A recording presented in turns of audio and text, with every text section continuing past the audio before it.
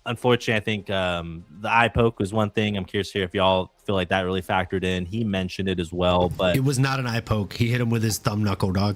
Yeah, it was definitely a punch. I'm happy you said that. It was for sure a punch. I've been hit like that before, and let me tell you, in the driver's seat, it feels like an eye poke. And because you didn't see it coming, right? So you don't know what it looked like. You just know what it felt like. You felt a finger or a bone penetrate your fucking eye socket.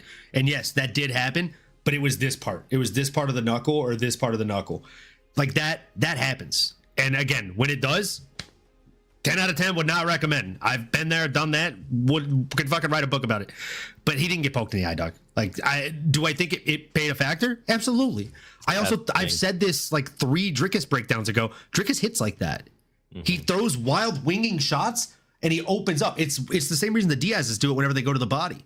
Body tissue is soft for them to hit, and they're not going to hurt their hands doing it, so they're clapping with their fucking knuckles, and you feel that on your ribcage. It hurts, dude. It doesn't feel good. Mm-hmm. So, sorry to interject. No, please. I mean, the water's warm. And yeah, I think that it was all significant, but DDP's movement, and I think Kamaru at this stage in a new weight class against these bigger boys, like it was pretty obvious. I think it's just it's a young man's game, boys. It's a young man's game, but boy, did he look good out there given the age. Pitt, I know you got a lot to say, brother. How did you see this one breaking down? Oh no, it was a great fight. If I had to go back to your question though about the scoring, I mean, Auntie Kenny, I could see where you're coming from. I mean, I could almost argue a 48-47. And I mean, that might be a little crazy, but Usman looked really good. I hear what you're saying. I think 50-45 is reasonable, if I'm being honest with you. I need to go back and like really sit back and watch it. You're going to get my live take on it, but I haven't actually yet to go back and sit down and rewatch it yet. But I mean, question before you rewatch it. Question before you rewatch it. You're saying you could see how you could score it like, 48-47. If that's the case, what is the other round that you give Kamaru? Is it round 4? It's round 3 and 5. Round 3 and 5. Okay. Round 3 and 5. So round 3, I recall Usman having a lot more, and I'll get into it. I'll get into it. But Usman had a little bit more success with kind of feinting the takedowns. And round 5, he was really coming alive in that last minute. And I think that last minute, if you value damage, right? And that's what I value more. And I think Kamaru just might have landed the harder shots that appeared to me in round 3 and 5. So I could argue slightly that there could be a reason for 48-47, but that's essentially my reasoning on that. But I will give all the credit in the world to Dricus. I mean, he's back. He is making me look foolish. He did pretty much dominate the fight again for about 23 minutes. There were a couple minutes where I thought Kamaru did look really good. But DDP actually really impressed me. I mean, with the way he fought last Saturday, he looked much more composed. He used a lot more feints, controlled the range with the leg and the teep kicks, kept a lower base in response to Usman's grappling. He just did a lot of things very well while still thriving in those chaotic exchanges. While Usman showed a handful of problems, DDP definitely tried to capitalize on. But I mean, Usman's chin saved him. I mean, Usman's chin at middleweight, I think, is genuinely improved. Some shots that Dricus would have landed on a 170 Usman, I think would have put him out.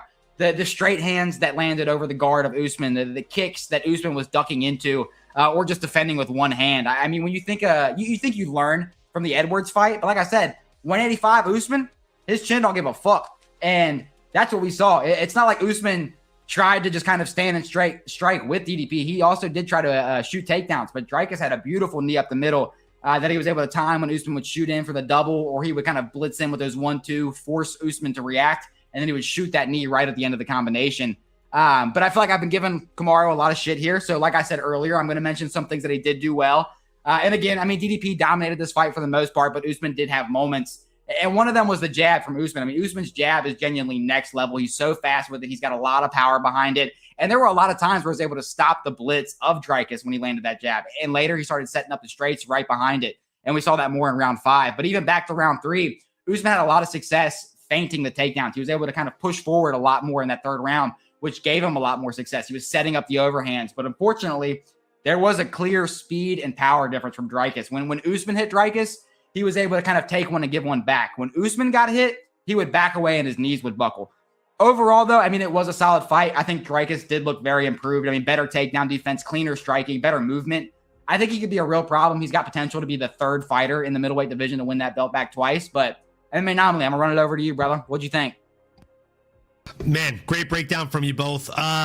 Dricus du Plessis came in off a title loss to Chimaev and reminded everyone exactly why he was the champ before that fight. He put on one of the best performances of his career, if not the best performance of his career, and took a clear unanimous decision, in my opinion. I scored the fight 50-45. I understand the 49-46 because he did have moments in that final round, in my opinion. But I digress. Either way, it was dominance, pillar to post, as they say. Usman got rocked early and often in this fight, and the question mark kick was landing like a goddamn laser every time DDP would throw it. I think this might have been the most kick-heavy performance I've ever seen from DDP. Like the amount of times that he landed headshots, and also, is it just me or did every single time Usman get rocked, it almost looked like he was trying to complain to the ref about something illegal? Like there were so many times where that happened, and it's like, brother, just eat it on the chin, dog. Like you just got hit really hard. It wasn't an illegal strike. Just because it hurt you doesn't mean it was illegal. And again, I mentioned it last week. DDP is, typically an orthodox fighter, but he switch stances so much. You could also call him southpaw, right? I would say he's a switch stance style fighter. The way that he steps into crosses, the way that he steps into jabs, it's nasty. It's astounding to watch. And the Nigerian Nightmare just was guessing all night as a result. Usman did show that legendary toughness. He kept walking forward, even like a zombie at some points when he was seeing stars and seeing double. After the thumb situation, he was definitely seeing double. But he never really was able to solve the puzzle that DDP presented, right? DDP stuffed every single wrestling attempt that he brought forth. All 7 of them were stuffed and thwarted. And DDP made it look fairly easy when he was doing it for the most part. He controlled the pace. He outworked him over 5 rounds. And honestly, I think Usman had a kind of a late flurry, a second wind, if you will, in that 5th round. And he made it look competitive for, all of 20 seconds. Other than that, if you look at the stats by round, like round 1, 29-17 DDP on significant strikes. Round 2, 36-14 DDP. Round 3, 25-17 DDP. Round 4, 24-21 DDP. And round 5, the best round for Kamaru Usman, there was a 1-strike differential. Yes, it was Usman's, but it was a 1-strike differential, right? So I don't know, man. I thought DDP looked absolutely incredible. Realistically, what do we think is next for this guy, though? Like, that's the question. For Kamaru, I mean, may I throw a suggestion in the hat? Can we go to 170 again, where we were winning fights? He's saying he wants to stay at 185. I mean, that's about as wise as if I said I wanted to try crystal meth. I don't like some things you say out loud you shouldn't actually action upon. Ricky Bobby would say, I don't think that idea is worth a velvet painting of a whale and a dolphin getting it on. I did say with all due respect. I probably butchered that quote, but all the same. What's next for DDP? Nano, I'll take it to you first, brother. Yeah, he's in an interesting spot. I think this is probably the most confusing division to try and matchmake for, because who's going to fight who? I mean, everyone's virtually fought everyone, so there's not a real merit obvious choice here, boys. Like, I mean, for DDP, I mean, you lost to Khamzat, who's the number 1 contender right now. Do you try to run that back? I don't think there's much of an appetite on either side there. Nasruddin Imavov, if they need a number 1 contender fight, if Sean's gonna fight Khamzat again, or, I mean, to be honest, I could see Sean fighting Nasruddin, to be honest. In which case, that does leave Dricus in kind of a no man's land. Maybe to Joe Pyfer. I think kind of process of elimination. He did also call out a BA, our boy Brendan Allen. I mean, oh, Pip, okay, you like that? Talk to me, Pip. What are you seeing? What do you like about that matchup? You threw up all of my names right there, and it took you 5 seconds to just swipe out my whole fucking notes right there. But I mean, right, Mayav and Khamzat really make the most sense because Dricus really is in such a tough spot. But I really like that Joe Pyfer spot because I don't think he's going to fight. I don't think we're going to see Sean Dricus 3. I don't think we're going to see Khamzat Dricus 2 because it just happened. And I think Mayav needs to fight Strickland, and that's who Strickland's calling out right now. So it depends on what Strickland's going to do, but I think he's going to fight Mayav. And everything that really makes sense for Dricus is rematches. But a guy like Joe Pyfer coming off a win against Adesanya, I mean, a phenomenal grappler. It keeps him in that pace of figuring out what Dricus needs to evolve because we saw him struggle so much with the Khamzat fight. He looked so good against Usman, and Usman was like a very light test of Khamzat if they were to fight again. Joe Pyfer, I think, just kind of keeps him in that same realm, so he's able to keep getting better and better. So I like Dricus in that matchup too, but I really like the Joe Pyfer fight. But I mean, as far for Usman, I mean, Usman has a couple of options because he kind of alluded to in the post-fight speech that he could jump around. He could go from 170 to middleweight. He could do whatever he wants to. If he goes back to middleweight, which I do like, Sean Brady or even Bilal Muhammad, I think makes a lot of sense. Bilal Muhammad, I think they already kind of have the beef there. I think they fought on a podcast or something goofy like that. So I think they could hype that up a little bit. Maybe we could figure out what that beef's about. If he does stay at middleweight, I mean, we're going to get into this fight here next, but I mean, Jared Cannonier coming off a loss to kind of, older established guys, I think that can make a lot of sense too. I'm not mad at any of those. I'll tell you what, I didn't think about the Joe Pyfer one, but that one does make a lot of sense. Real quick, jump into the comments before I give my picks. Shiesty MMA says, took too many shots at the event, ended up 1,300 down, and somehow ended the night up 400. Sheesh. What a roller coaster. And yeah, that sounds like a legendary night, Shiesty.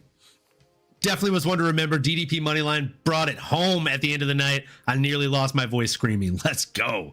I was surprised when Usman ate the head kick. Dude, he ate so many head kicks. Who does Usman even fight at 185? I don't see anything winnable. You and me both, brother. Pyfer would put him on a tee. Dude, yeah, Pyfer would be so bad for Usman. It's going to be bad, my brother. Just doing it says Christian Duncan needs to fight Joe Pyfer. Save Joe for that one, and maybe Anthony Hernandez. DDP needs to prove he can get past the wrestling of a true middleweight, and Hernandez Fluffy can offer. I wouldn't be mad at Fluffy. I wouldn't be mad at BA. Brendan Allen's a good shout always. But I think the one that makes the most sense. What's that? Winner of because I think Fluffy's fighting RoboCop, right? So winner of that fight. He is, yeah. Yeah. Winner of that fight. Honestly, though, for me, I think there's one name that really makes sense, and it's Nasruddin Imavov. Dricus du Plessis is ranked above him. He's the only guy really that he hasn't fought that's within close proximity to him. And Hamzat's going to get the rematch whether Sean wants it or not. He puts asses you think in seats. Hamzat's going back in there? You think they're going to fight a second time? I do. That's probably the absolutely biggest matchup, right? I think we all agree on that. It's probably the biggest 100%. matchup of the UFC. Can I ask you like a personal opinion, just as an MMA fan? Do you think it's a deserving matchup? Not at all. Not at all. Okay, I don't either. From a meritocracy standpoint, no, not a chance. Yeah. I think if you don't give it to Imavov, it shows recency bias, it shows favoritism, and it shows marketing bias. But the UFC is a marketing machine. There's a reason they just sold the marketing rights for $1.1 billion a year for the next 7 years, without any ads, without any additional marketing things that they're going to get come in as a result. So I don't know. Does DDP get the fight against Strickland? Not right now. He needs one more. I agree. Hamzat does not deserve a rematch, Leo, but it's tough, dude. Like, there's so many people that get things they don't deserve. And I hate to beat a tired horse and use the same thing again, but Conor McGregor is the best example, right? He can come back off the couch and be given a number 1 contender fight, or be given a BMF fight, or be given number 10. And if he beats number 10, he fights for the fucking belt next time. If he beat Holloway, he was fighting for a title next. 100%. 100%. And if Holloway would have won the fight, they were fighting for the BMF belt. If Charles didn't win the fight the way that he won it, he was fighting Charles for the BMF belt. Charles shit the money bet the way that he fought that fight. If he would have taken a little bit more risks, I mean, it just would have been so much more fruitful for him. But I digress. Let's jump into the next fight. It was a bout between Jared Cannonier and CLD. I'm down with CLD. Yeah, you know me. Mr. Christian Leroy Duncan. I was wrong. About this one, boys. I don't know why. I really thought in my heart of hearts, maybe it's because my significant other drafted Cannonier on her fantasy team, and I just really wanted to see him do it. But I picked Cannonier as one of my dogs. Had a very good week in the dog competition. I think I scored second highest this week, so we'll take it. But this was not one that I scored on, boys, because I picked the wrong dog. 36-94 in terms of total strikes, 15-68 in terms of significant strikes, and the takedowns were the only place that Jared Cannonier really excelled. 5-1. But I mean, where CLD was trying to go, he didn't need takedowns. You know what I mean? He was just trying to hit this guy in the face. Craziest thing in the world, though, I think in my 30 years of watching this sport, 30 plus years probably now, I've never seen a grown man eat a haymaker, get rocked, and go.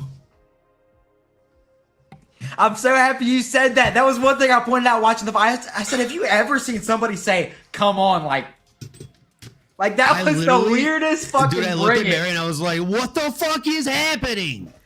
That was wild, bro. He was like, If I'm at a bar and I load up and hit you with my hardest shot and you do that, I'm like, sir, I apologize for whatever upset you. Can I buy you a drink? I'm going to take off. Enjoy the rest of it. Can we just call it? I'll pay his tab. Yeah, no. Hell no. It's like my dad told me, like, the one time he ever saw his dad, my grandpa, walk away from a fight. This is back when you could bring your kids into bars.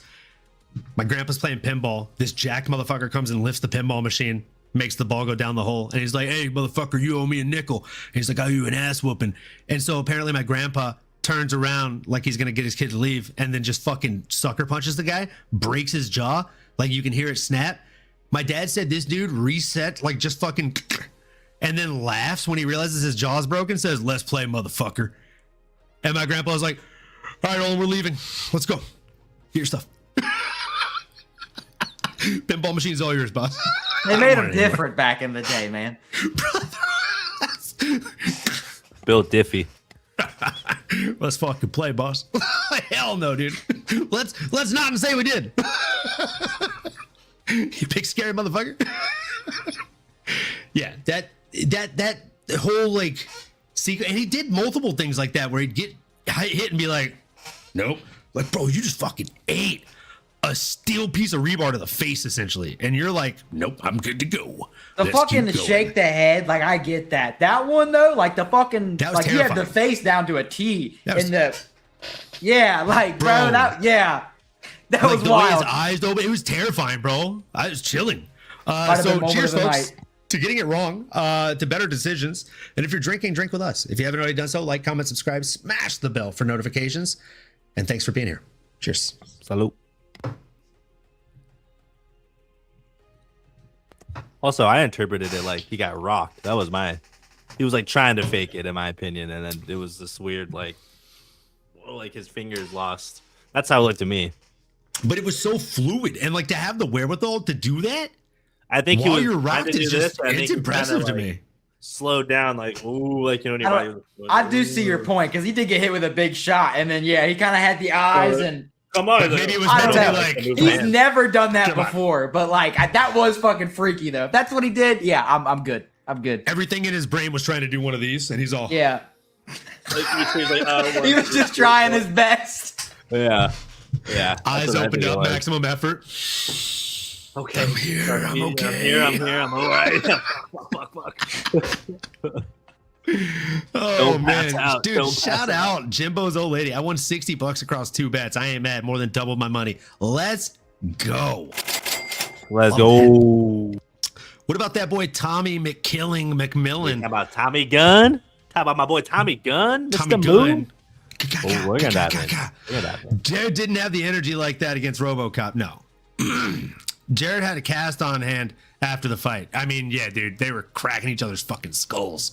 But Pip, take some meat off the bone, brother. What were your thoughts on this fight other than the crazy taunt? And I mean, just what a weird situation. Yeah, I'm happy we talked about the taunt beforehand, because it's not in my breakdown. But yes, a very favorable part of the night for me. But I mean, CLD really just came out here and just kind of shut Jared's game plan down. I mean, I feel like right from the start, you saw an immediate game plan from both guys. I mean, Jared wanted to control CLD against the cage, land takedowns, and CLD wanted to strike from range and just outwork Cannonier. And Jared could not figure out the range, and CLD was able to just land big straights at blast kicks. And Jared was almost surprised when he got hit, because he was surprised with just how effective CLD was to cover the range and just how long he was to begin with. And at times you would see Christian, he could get a little overconfident. Jared was able to slip, get his hands locked, and pin CLD against the fence. But even then, he did a great job just getting out of that control. He was able to control the wrist of Jared. He was able to get the overhook in and eventually reverse that position. And from there, he was having a lot of success with the knees and the elbows. He was able to find the mark a handful of times. And then he was able to get back to the striking from range. He was just blasting Cannonier with hooks. Definitely slowed down quite a bit in the second round. I thought Jared kind of bounced back a little bit for a moment. He was able to land big elbows in the clinch, landed a trip. But you could definitely tell that Cannonier is not the same guy that fought Adesanya all these years ago. I mean, he just made a handful of mistakes on the ground. I think it was close to the second round where Jared got the trip nearly at the end of the round. He basically hooked the wrong leg to prevent CLD from posting, let go of the wrist, and he basically just slipped off CLD, and then he spent the rest of the round on the bottom. And CLD was just able to capitalize on those mistakes and reset the fight and just had bigger moments on the feet. I don't think it was the best performance we saw from both guys, but CLD keeps racking them up. I mean, he's now on a 5-fight win streak. He's tying the most active win streak in the middleweight division right now with Amayev, and he's still constantly improving. But Nano, what do you think of this guy? Yeah, man, great breakdown. I think everything of this guy. I think the hype is real. I think MMAnomaly, I fall victim to it as well. A lot of times it's like when we've been covering this game for so long and we've been seeing these guys at the highest, sometimes we need to see it before we believe it. And I think that's all it was here with the CLD.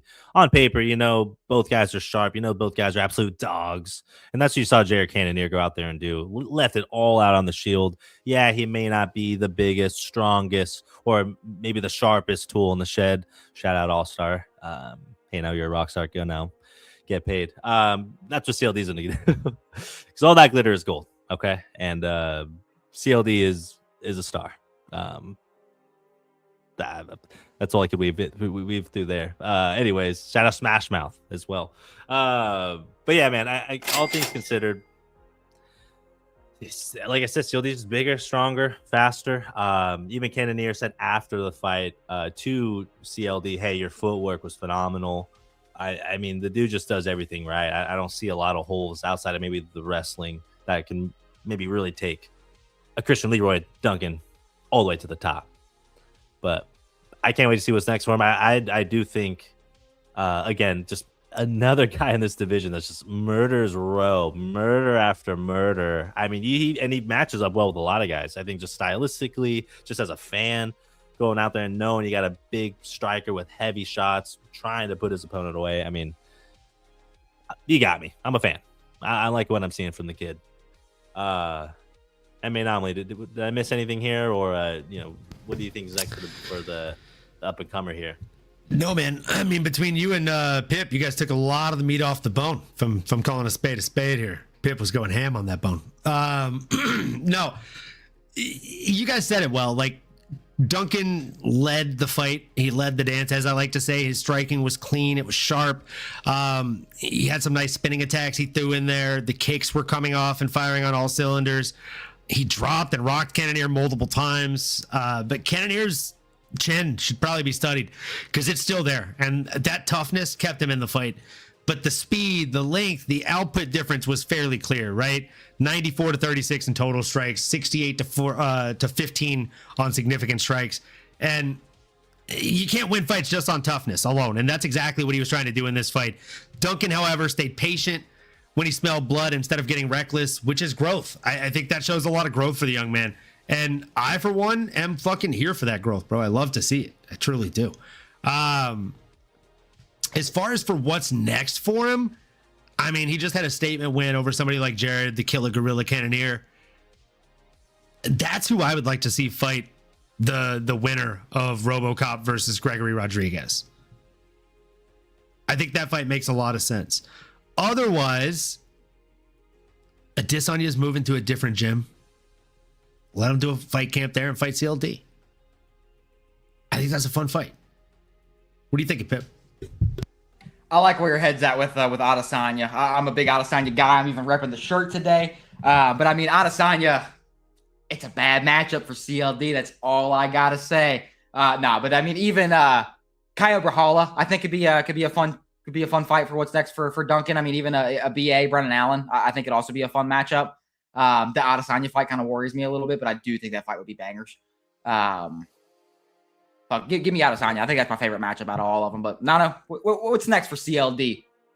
Let's go. I mean, listen, man, that's hell of a strikers matchup right there. If we're talking about it, Izzy, the last style bender, Adesanya versus a Christian Leroy Duncan. I'd love to see it.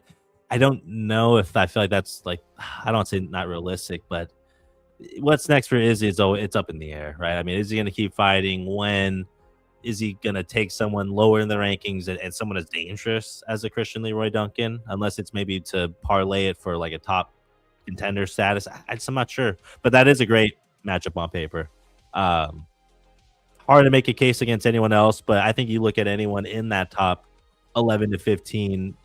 I mean, shit, if Kamaru stays, that is not a bad matchup beating an ex-champion if you're a CLD. But if not that, I mean, Abo Nickel could really pose some threats. I think that would be a huge feather in the cap for Bo Nickel, and it would really prove if CLD can handle a grappler. And that's getting better in the striking realm as well. And Bo would take that fight. Bo would definitely take that fight. That'd be huge. But if Jared was able to take him down 5 times out of 8 attempts, what's Bo going to do to him? I think that's a good fight for Bo. It's a great. That's why I'm saying Bo would sign that line. Yeah. Bo's like, yeah, say less, dude. As long as you don't pay less, you can say less. Cheers, fellas. W. Cheers and smoke. Let's go, Jimbo's old lady. Love Tommy. Love Tommy. I had Tommy on one of my bets that had a captain. Oh, hell yeah. Oh, responded to me asking about if you're taking any different bets. As I said in the chat, folks, anyone, if you're taking any fun bets this week on the boxing or UFC card, drop them in the chat. We'd love to tell you guys. Taking Salas over Hitchison. So let's see. Richardson Hitchens coming in against Ricardo Salas Rodriguez plus 560. Boom. Not bad. I put a half unit on it. Half unit to get just under 3. I like it. Hammer the fuck out of Tommy in Spain. Oh, nice. Hopefully you parlayed those two together. That's fun. COD versus Gaultier. That'd be a fun one. The boy. Boy. What up, now? Shout out to us, folks. Nice to see you in the chat. Or Gaultier versus Damian Pinas. Dude, that's what I said on the reaction for the Pinas fight. I don't want to see that fight just yet. I want to see that at some point, but not just yet. I don't think it'll happen, but it's going to be fun when it does, you know? Yeah. Walter Walker round 1 sub again? Yeah. Oh, I didn't know. Or do they ever? Oh, man. Hold on. You may have just blown the gasket here. I was looking at that line earlier, and I was like, subs is a fairly easy line to take with him. But round 1 sub might be the move. Might be the move. He's got 4 consecutive heel hooks in the first round. In the first round, I think he gets a 5th one. I think he breaks the record. I think he does. All right, let's see here. I mean, he'll have it before he retires 100%. I mean, that's, yeah. Take it to the bank. Walter Walker round 1 is plus 225. Walter Walker round 1 by submission is plus 315. God, if they let me bet on the specific submission. Oh, my goodness. My goodness. What is just Walter Walker by submission? In general. Plus 170 is not bad, but I'm going to take him round 1 by submission, plus 315. I'm going to do another half unit on that to win over 1.5. A half unit to basically triple your money. Let's go. Why not? I'm going to read you guys off my bets, just real quick interlude that I have so far for this upcoming week. So I have a double legger. I've got Thomas Peterson versus Walter Walker, the under 1.5 rounds. That's plus 140. I parlayed that together with Timarov versus Steve Erceg going over 2.5 rounds. I took Steve Erceg money line on that, a little mix match there. Okay. And that turns a half unit into 2 units, or just under. Then I did Walter Walker by submission for plus 170, half unit into a unit, essentially. This is where it gets kind of fun, right? So Christian Prenga is boxing against Anthony Joshua. He's supposed to be a tune-up fight, but he has a handful of finishes. He has a puncher's chance, and we've also seen Joshua tire, and this guy has a kickboxing career. So solid plus odds on this guy. I put a 1/5 of a unit on him to get back almost 3 units. Just feels like scared money don't make money in that situation. And then Simon Zackenhuber against Hamza Shiraz. Hamza Shiraz is a minus 30,000 favorite. You did not hear that incorrectly. Minus 30,000. 30,000? Yes. You put money on. You put $1 million on him, you get like 3,000 back in winnings. Yeah. Bet on the other guy. I put that number into the betting calculator just because I was like, what would that even look like? What would you have to do to make profit? And I was like, that's fucking ridiculous. I'm sorry. This is boxing though too, right? We're talking about this is boxing. So 30,000. 30,000 for a minute. I'm gonna mute myself. Yeah. His opponent is plus 2,000.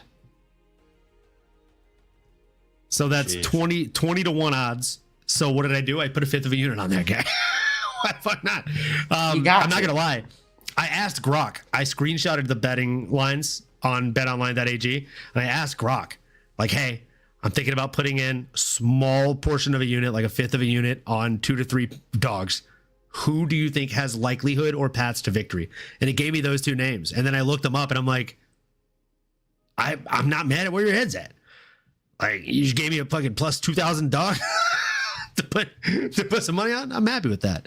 And then obviously we followed the bet that just came through here for Ricardo Salas.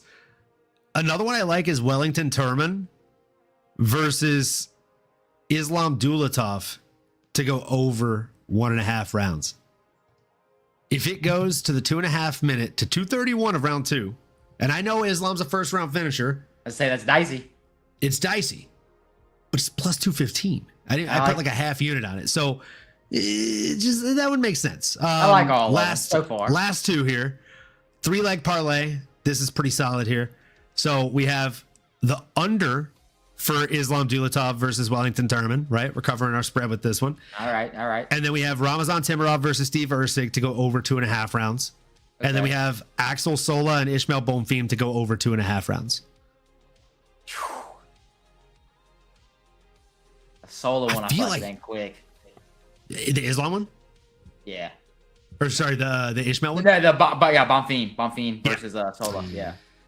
I don't think he doesn't finish like his brother usually does, unless he has somebody like a fucking what's his name, Terrence McKinney in front of him, right? Like, yeah, he's not a fast finisher otherwise. I may not be worried about Bonfim getting the finish there. You're worried about him getting the finish? Or not getting the finish? I think Sola could get the finish.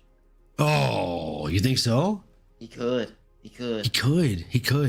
It's one that I'm not fully decided on yet. I'm just saying. That's what I'm worried about. That's exactly what I'm worried about. I don't feel he does have that quit in him. You've given me much to think about. I'm so sorry. You've given me much to think about, young Pip. All right, let's jump into the next fight, and then we'll handle some more of the chat. We have a lightweight bout between Chase the Dream Hooper, and he's doing just that, folks. He is chasing the dream, and he does seem to be a hooper because he's shooting his shot every chance he gets. Coming in against Mitch Ramirez. I didn't have that script, and I just spouted that out right now. That's how cheesy I am. That was solid. I'm like fucking Kraft, brother, just covered in cheese. So Chase Hooper, though, this guy, it's like he remembered he could wrestle guys. 2 shots in under 3 minutes, roughly averages, bad quick math here. 2 minutes, 15 seconds, 2 shots. It's like a shot a minute. I like that for a Chase Hooper. I think that's probably the path to victory for him in any given fight. He only attempted 8 strikes in totality, 4 of which landed. Not bad, 50% clip. His opponent only attempted 3 strikes, 3 of which landed. Even better, 100% clip. Good for you. You still lost the fight, though.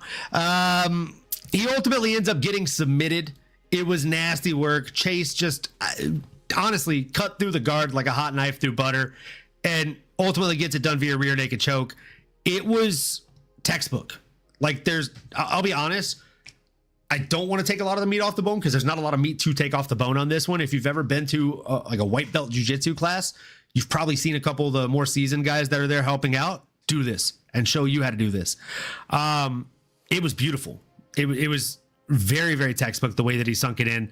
He got hooks, and then, I mean, there wasn't really much Mitch could do. Once he got him to the ground, Mitch started to look like quicksand, as I like to describe it, right? Where the more you struggle, the quicker you seemingly drown. And that's exactly what happened. He found himself unable to breathe, and ultimately Chase gets his hand raised. Best thing about this fight, if I'm a Chase Hooper fan, which I am, is not only did he win, not only did he get paid twice, not only did he do it very quickly, but he took 3 fucking shots in totality. He took 0 damage. He can jump right back in there. He could be back in a fight 2 months from now. And I think he'd be wise to do that. Stay relevant, stay boiling while the water's hot, and keep it pumping, brother. Pip, what were your thoughts on this one? Yeah, I mean, this kind of went the way I thought it was going to go. I was worried about Ramirez going into this fight. But I will say, I did get a little hesitant there for my boy Hooper because he did miss weight. And I was like, something's going wrong because that's not does not really like our boy Chase Hooper. But he was able to get it done. I mean, his BJJ is just on a completely different level. 50 seconds in, he was able to land that single.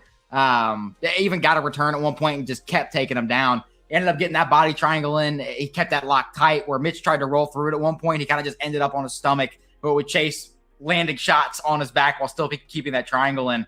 Once it got back to, once he got his back, Chase, the way he did set up that choke, I did think was interesting. You said it was a little bit textbook, and I would agree to a certain point. The one thing, at least to me, I didn't really notice too many other people doing it. Usually they're kind of, punching with the other hand, trying to work that arm under the chin. Chase was grabbing his elbow and kind of working that way in under the chin. I haven't seen that too many times before, and I was taking note of that. I said, I'm going to have to try that. I'm gonna give that a shot. So I thought that was impressive, the way he was able to kind of just pull that elbow in to lock it in under the neck. So like I said, definitely one that I got to give a try. But great to see Chase back in the win column. Definitely showing improvements, getting the fight to the ground, considering his last 2 performances were bad knockouts. But if Chase can develop this Dagestani wrestling, we can keep these champ aspirations alive. But Nano, what'd you think of Chase, the Dream Hooper? Yeah, man, the dream's still alive. To coin the phrase there, I do think that it's hard to really walk away and say much more than confirming that he's a great grappler, and no one wants to get tangled up with that dude. He's like an anaconda out there. But he did mention, or at least DC did mention post-fight, that his wife's pregnant or maybe due to have a baby soon. So I don't know how long that's going to take him out the game. As someone that knows a little bit, at least just about maternity leave, even he mentioned some sleepless nights. I'd imagine he'd want, at least, even though he got no damage, not to rain on MMAnomaly's parade here, but he may want and or need a month or 2 or 3 just to get that newborn kind of to a certain spot before getting back into a training camp. My assumption, I don't know, to your point, maybe he could be ready to take a short notice fight, but that's where for me it's hard to match him up with anyone. Things can change, right? But whether it's someone like a Terrence McKinney or someone that's floating around that top 30 to 40 range, I think it's totally fine. Again, just depends on how long he's gonna be out for. And Pip, good on you to call me out on that. The way that he was grabbing his elbow was not textbook. That's definitely something a little bit different. The only reason I don't really I did notice it. I did see it. I probably had the same thought instantaneously, I should try that next time I'm doing a rear naked choke. But then the more I thought about it, I looked at the stats and facts, and I was like, you know what? How and why is he able to do that? Why is he choosing to do this? And why don't we see that happen more often? His reach is 74 inches for the lightweight division. For a lightweight, to have a reach of 74 inches is fucking wild, right? The average UFC lightweight reach is 70 inches. He's got an extra 4 inches, so he can reach around and pull that shit around and then corkscrew things in a way that a lot of people can't. Not to say that you can't do it, not to say that I can't do it, but I feel like we would probably look a lot more goofy and silly trying to pull it off than somebody that's built like a damn spaghetti noodle with his arms. Well, see, I think that's kind of why I was interested, because when I fight, I'm not I don't fight like a Robbie Lawler or a Daniel Cormier. I'm more of a kind of a slinky kind of guy. I'm more long. I'm a tall flyweight. So I kind of more have that. I like that Adesanya. I like that Chase Hooper kind of style. I like those string bean kickboxers and those grapplers. That's what I like. So that elbow, I said that's something that I might need to try. You're like, let me see if I can add that to the fucking toolbox. I like it, brother. I like that a lot. As far as for what's next for Chase, what are you thinking, Pip? Jared Gordon, I think it'd be a fun fight. Taco Padilla. I think that would be a banger fight, honestly. I don't like that fight for Chase, but I think that's a fun fight. And I don't think Terrence McKinney has fought Chase Hooper. Even they could run it back. Terrence is now coming off a loss. Bobby Green's kind of on a little bit of a streak. I don't really know where you rank Terrence McKinney right there, but I think that could be a fun fight, especially because they're both really good grapplers in the first few minutes. I like that. Did you say the loser of Taco Padilla versus Nasrat, or just Taco Padilla in general? I didn't know Taco Padilla had a fight, so that works as well. Sorry. That works. Yeah, that was one that was on my list. Loser of Taco Padilla versus Nasrat Hopcross. They're fighting on August 22nd. I think that one makes a lot of sense. If he does want a quicker turnaround, Michael Johnson is a great legend name to get under your belt. And he's a good test for just about anybody. He's coming off a loss. He is ranked above him on Tapology at the very least. I think that would make sense. And hey, we just mentioned his name earlier, right, guys? Terrence McKinney. He's got to want to fight. He's got to want to bounce back. And I think Terrence McKinney versus Chase Hooper, two bright young prospects at one time that we thought were going to be something special. Bang those toys in each other. Let's see who fucking comes out unscathed, you know? I think that's a fun fight. Let's do it. I think that's a fun fight. We'll get through some more of these chats and we'll jump into the next one. Guskov, Temirov, Dulatov, the OV parlay. I like that. Let's see. Let me cook that up real quick. Let's see what kind of odds we get. Let's see here. I like 2 out of 3, Jimbo's old lady, but you've been whooping my ass, so go with it. It's hard to argue. Yeah, I don't like the Temirov one. I think Ericik wins that one, but I'm going to do it anyway. If Mama Pip says it, we do it. So what was the other one here? Guskov. Oh, that's going to juice the odds for us. Definitely will juice the odds. Plus 912. Mama Pip, what have you done? She's throwing out these D-Gen bets out here all of a sudden. I like it, dude. What have we done? What are you thinking, Nato? Should we do a fifth of a unit or a half unit on this one? A little 3-legger. Ooh. Quarter's not bad. I like quarter. Let's do it. Juicy odds.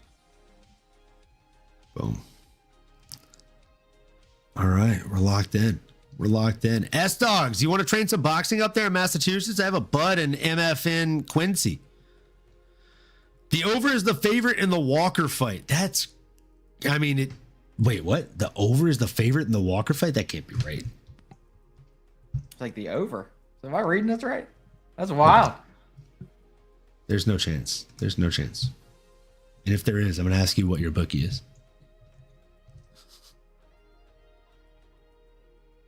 Not for me. Who's your bookie? Who's your bookie, dog? Bet online. I have minus 160 on the over 1.5, Tyler. Who is your bookie, and are you talking to him in a back alley? Where are you finding these odds, brother? Like, real talk. Send me a location, brother. Send me what alley we're meeting at. Yeah, but betting lines don't really mean anything. Bia Mosquito's last 2 fights had the under at plus money, and it's hitting all 3 of her UFC fights. Facts. One of my running jokes, if you've been watching the show for all 5.5, 6 years-ish that we've been doing it, one of my running jokes for quite some time now has been, if you bet on Juicy J, Juliana Rosa, every single UFC fight, you'd be up money. And he's lost more fights than he's won. But he's such a heavy dog every fuck time. And sometimes he gets it done. He's a great litmus test. Peterson hasn't looked impressive in my opinion. I still see around 2 or 3 sub. Fair. Plus 315. I'm taking that all day. Fuck yeah. See, dude, that's what I'm saying. Round 1 sub all day, bro. Classic boxing lines. Facts. I'm going to take the plus 2,000 guy. We seen Morrell lose to that teacher. Anything is possible. Absolutely, bro. We saw, what was the Mexican homie's name? He looked like he just left the taco truck and he knocked out Anthony Joshua a couple years back. You know what I'm talking about. Nano?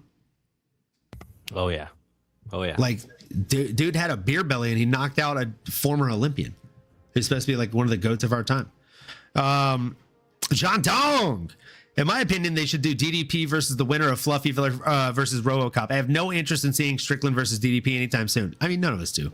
But meritocracy doesn't rule the sport, unfortunately, that we love. Are you going to talk about the big matches from RAF 11? We'll talk about the main one, or the main 2, I should say. Covington winning, speaking of that, proves it's the year of the underdogs. That was crazy. Covington beating Armand. No one had that on their fucking bingo card. And Armand making the, oh, fuck, he's beating me face is hilarious. I don't know if you've seen the zoom in compilations, but man, they're good. I did not see that one coming. I saw the highlights of it. I was like, yeah, that's kind of crazy. And shout out to fucking Van Askren. He was up 6 points. Oh my God. He was up 6 points at the half period. He came back.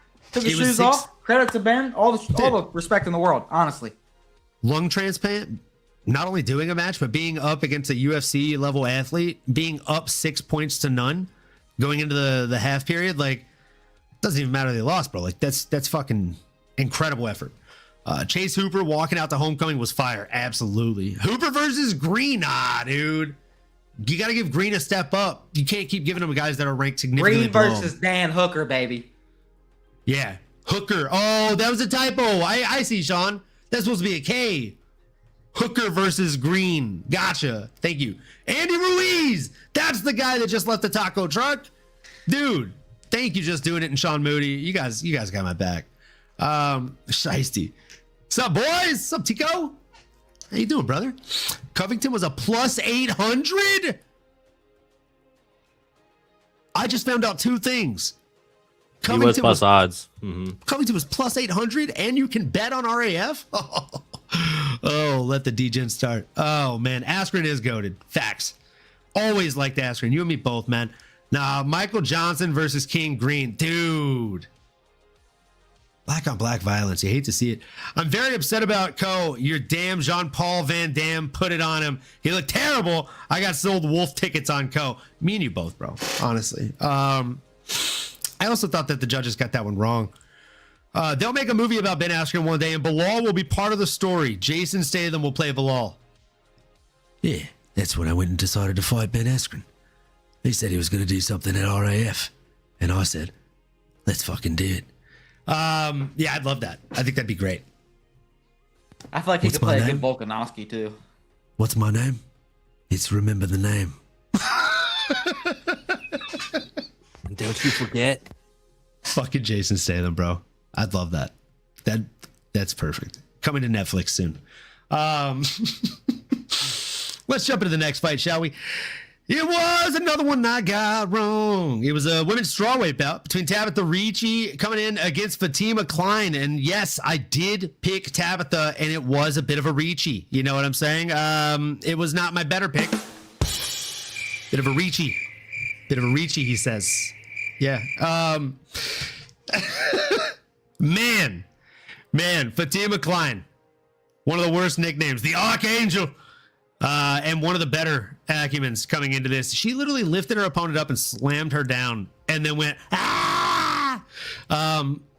It was wild, bro. It was wild to see. She was out there behaving like a fucking cave woman, and I'm here for it. I loved it. I wanted to see more of it. She just looked fan-fucking-tastic. I don't really know what else to say. Like she took a ranked Tabitha Ricci, won a clean unanimous decision, 30-27 across the board, pillar to post. She just looked too big, too long, and too strong for Ricci to establish any kind of game plan that she normally would. Tabitha, bless her heart, as we say in the South, she was trying to get in, man. She was trying to fight her way into a clinch or anything she could, but fuck. She just could not get it done. What was the reach difference? It was a wild one, wasn't it? 6 inches, I believe. Fuck. Yeah, I thought it was like 5.5 or something like that. My God, dude. That's insane. Yeah, she looked big in there too. It's like she had a reach advantage equivalent to what most guys on average are working with. That's sad. Tabitha could not reach her. For the guys and for Tabitha Ricci. She could not reach her. She could not reach her as hard as she tried. I think it's more of the reason we need an atomweight division. Dude, there are so many stars inside the UFC that would go down to atomweight and outside of the UFC that would just flock to the UFC, right? Talking about an Alyssa Maldonado, talking about a number of these different girls that I think would just be very fun on the big screen. Yeah, this was just a mismatch. It felt very much like the UFC knew what they were doing, and I didn't get the fucking memo on it. You know my rule of thumb though, like grappler, low sense of gravity, it's kind of a cheat code, right? No, not always. Not when they have the sharpness and eagle eye type of response that Fatima Kline has. So the Archangel was more like an Arc Devil on Saturday, and man, she was doing no favors for the baby shark. I take my shot, as we say, a bet made, a debt paid. Cheers, folks. If you haven't already done so, like, comment, subscribe, smash the bell for notifications. As always, we appreciate each and every one of you for being here. The chat really keeps us fucking going. Cheers to you. Happy Tuesday. Happy Tuesday. Hello.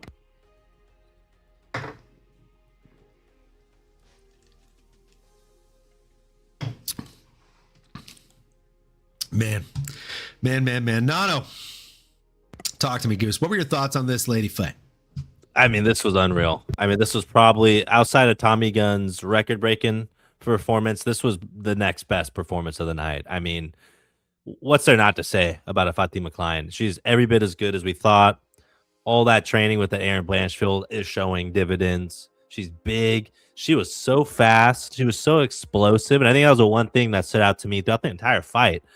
Was she doing all that in the second or third round? She literally threw Baby Shark Ricci on the ground, did this type gesture, and then picked her ass up and threw her back down, and then started doing the nod like, yep. You see that? You like that? I'm like, dude, what the fuck is this? Who is she? What is in the water? I don't know, bro. I don't know if it's the hair, but everything about her, I just was like, man, she's undeniable. It's gotta be the hair, Cotton. Jeez Louise. Aerodynamic when she fights. Yeah, I mean, dude, it was every bit of impressive. Color me fucking shocked. But in the best way possible. I mean, I think she's a future contender. I think the contender has arrived. Give her anyone in the top, and they're going to have problems with the Fatima Kline. I'd be remiss not to give the X's and O's to the man to my, I guess, right or left, depending on your screen, positioning. I'm going to the Pip over there. Lay the keys on us, brother. How did you see Fatima Kline? I mean, it was another vintage performance essentially from Fatima Kline. I got to work on not calling her FEMA this episode, but yeah, another vintage performance from Kline. And you saw in her last couple of fights. I mean, I think it was her first or second fight. I think it was Melissa Martinez where she got that head kick knockout, almost Leon Edwards style. She dominated Angela Hill. I mean, she's just looked so good. And now on a 4-fight win streak, I mean, she looks like she could be a future title challenger. I mean, watching this fight, you just saw Kline was a better fighter essentially in all aspects. She had a clear speed advantage on the feet. Kline did a really good job slipping the jab. She was able to catch Ricci as she was square in the pocket. The right hook was money every time she threw it. She slammed body kicks. She caught Ricci with straights and elbows every time she was crashing in. And she was just able to counter Ricci's takedowns. I mean, rolling through and reversing positions, even mixed her own takedowns in. She blasted double. And like you guys said, landed that nasty suplex in the third round and hit everybody with that crazy face and looked dead at DC. I mean, it was just, she gained a lot of control on the fence. Kline did a good job landing shots coming out from the clinch. It was just a dominant performance all the way through. Fatima Kline just dominated against a very tough challenger in Tabitha Ricci. So I'm very excited to see what you boys got next for Fatima Kline. But MMAnomaly, where you at? Man, when it comes to what's next for Fatima Kline, honestly, they can give her the fucking world and I wouldn't be mad at it. But what I'd like to see is, if you look at her Tapology ranking, she's kind of skyrocketed, right? She's sitting at number 7 currently. Number 6, number 5, number 4 are all matched up with dance partners. Jillian is fighting Mackenzie Dern for the belt, sitting at number 4. Yan Xiaonan is fighting Denise Gomes, sitting at number 5. And Amanda Lemos, sitting at number 6, is fighting Alexia Tainara. That doesn't leave a ton of options. And if I'm being completely candid, boys, after a performance like that, you'd be hard-pressed to get me to fight backwards. I'm fighting up. 4-5 win streak? No way she's fighting down. There's no chance I'm fighting down. Give her somebody else that's on a win streak, but that has had a falling from grace. Give her Tatiana Suarez. I like that shout. Now we're talking. I think stylistically, it presents problems that she hasn't seen before or faced before, at least in the UFC octagon, right? With the UFC caliber opponent. And for her opponent, genuinely, I just think that Tatiana Suarez, if she's able to go out there and beat a surging up-and-comer like Kline, it puts her right back in that conversation. The winner is either up for a number 1 contender shot or is next in line for a belt attempt or a belt shot. What are you thinking, Nano?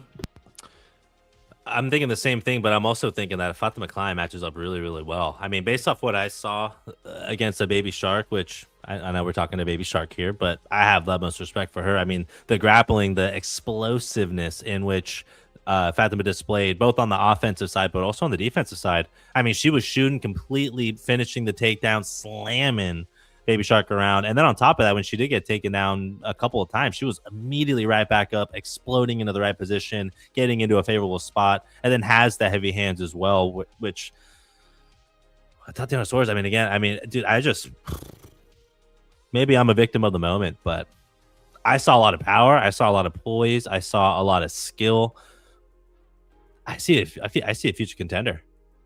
That's just where I'm at, boys. I'll leave it there. No. I mean, I don't think your eyes deceived you. I mean, I think you saw the truth right there in Fatima Kline. I mean, she's a fucking killer out there. I kind of overlooked Tatiana Suarez, but honestly, I think that's my favorite shout that you mentioned there was Tatiana Suarez. I mean, I think what's she sitting at number? She's got to be number 3. Number 3.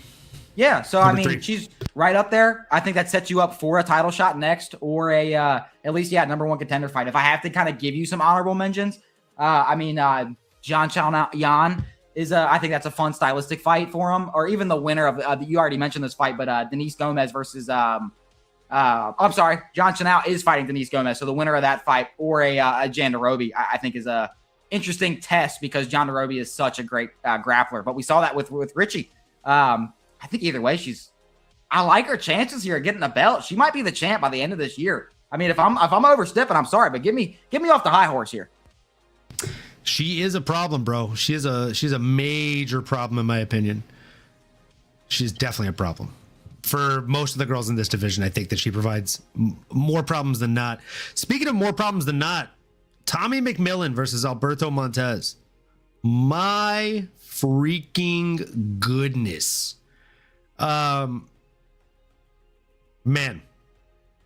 I mean, I don't even know what to say. Sheesh. This was just sheesh. The dude set records. Like, I commented this in the chat just a moment ago, but this is, I mean, 2 UFC fight nights, 2 UFC world records broken in 2 weeks. I don't know if you know what the other one is. I know you know the Tommy McMillan one. Do you know the one that was set last week? Bonus points if you do. Last week, meaning on Saturday? The week before. Or Damn, was it this Saturday too? Hold on, no. Tell it how it is. Oh no, it may have been this Saturday too. There were 2 records set on the same Ezra, fucking right? Fight card. It was Ezra. Yeah. Yeah. Yep. I thought that happened a week ago. My God, we're gonna get into it too. But yeah, most takedowns in a featherweight fight in UFC history, and just a handful of fights after that in the main card opener with Tommy McMillan versus Alberto Montez. Most total strikes and most significant strikes landed in a 3-round featherweight fight. Like, these featherweights, brother. Hey, I'll give you another one. They both train with Tim Welch and the boys. Sugar Sean. They both do. And shout out Tico. I knew you would know, bro. Oh, it was takedowns. Ezra. Mm-hmm. That fight was insane. Kudos to both of them. 100%. It's only fucking did. You'd hope he broke it. I mean, brother, come on. He's a specialist. Okay? He did what his specialty. His speciality. That's what he did, bro. That's what he did. Klein is a beast, Jimbo's old lady. The term is title shot. Belt shot. Fucking Tico. I'm sorry I misspoke, brother. Won't happen again. Apologies. Please, no lashings, sir. Look, let's jump into this shit. Pip, take the lead. I feel like there's plenty of meat on the bone for this one. 255 strikes worth of meat on the bone, to be exact. Talk to me, man. What were your thoughts on this fight? What was going through your head during it? And have you seen the picture of the Mr. Squidward-like deformed fucking chin from the knee? I have not. I hope you can do some magic later on. Yeah. No, I mean, this fight had me on the edge of my seat. This was I got 3 fights wrong, and this was one of them.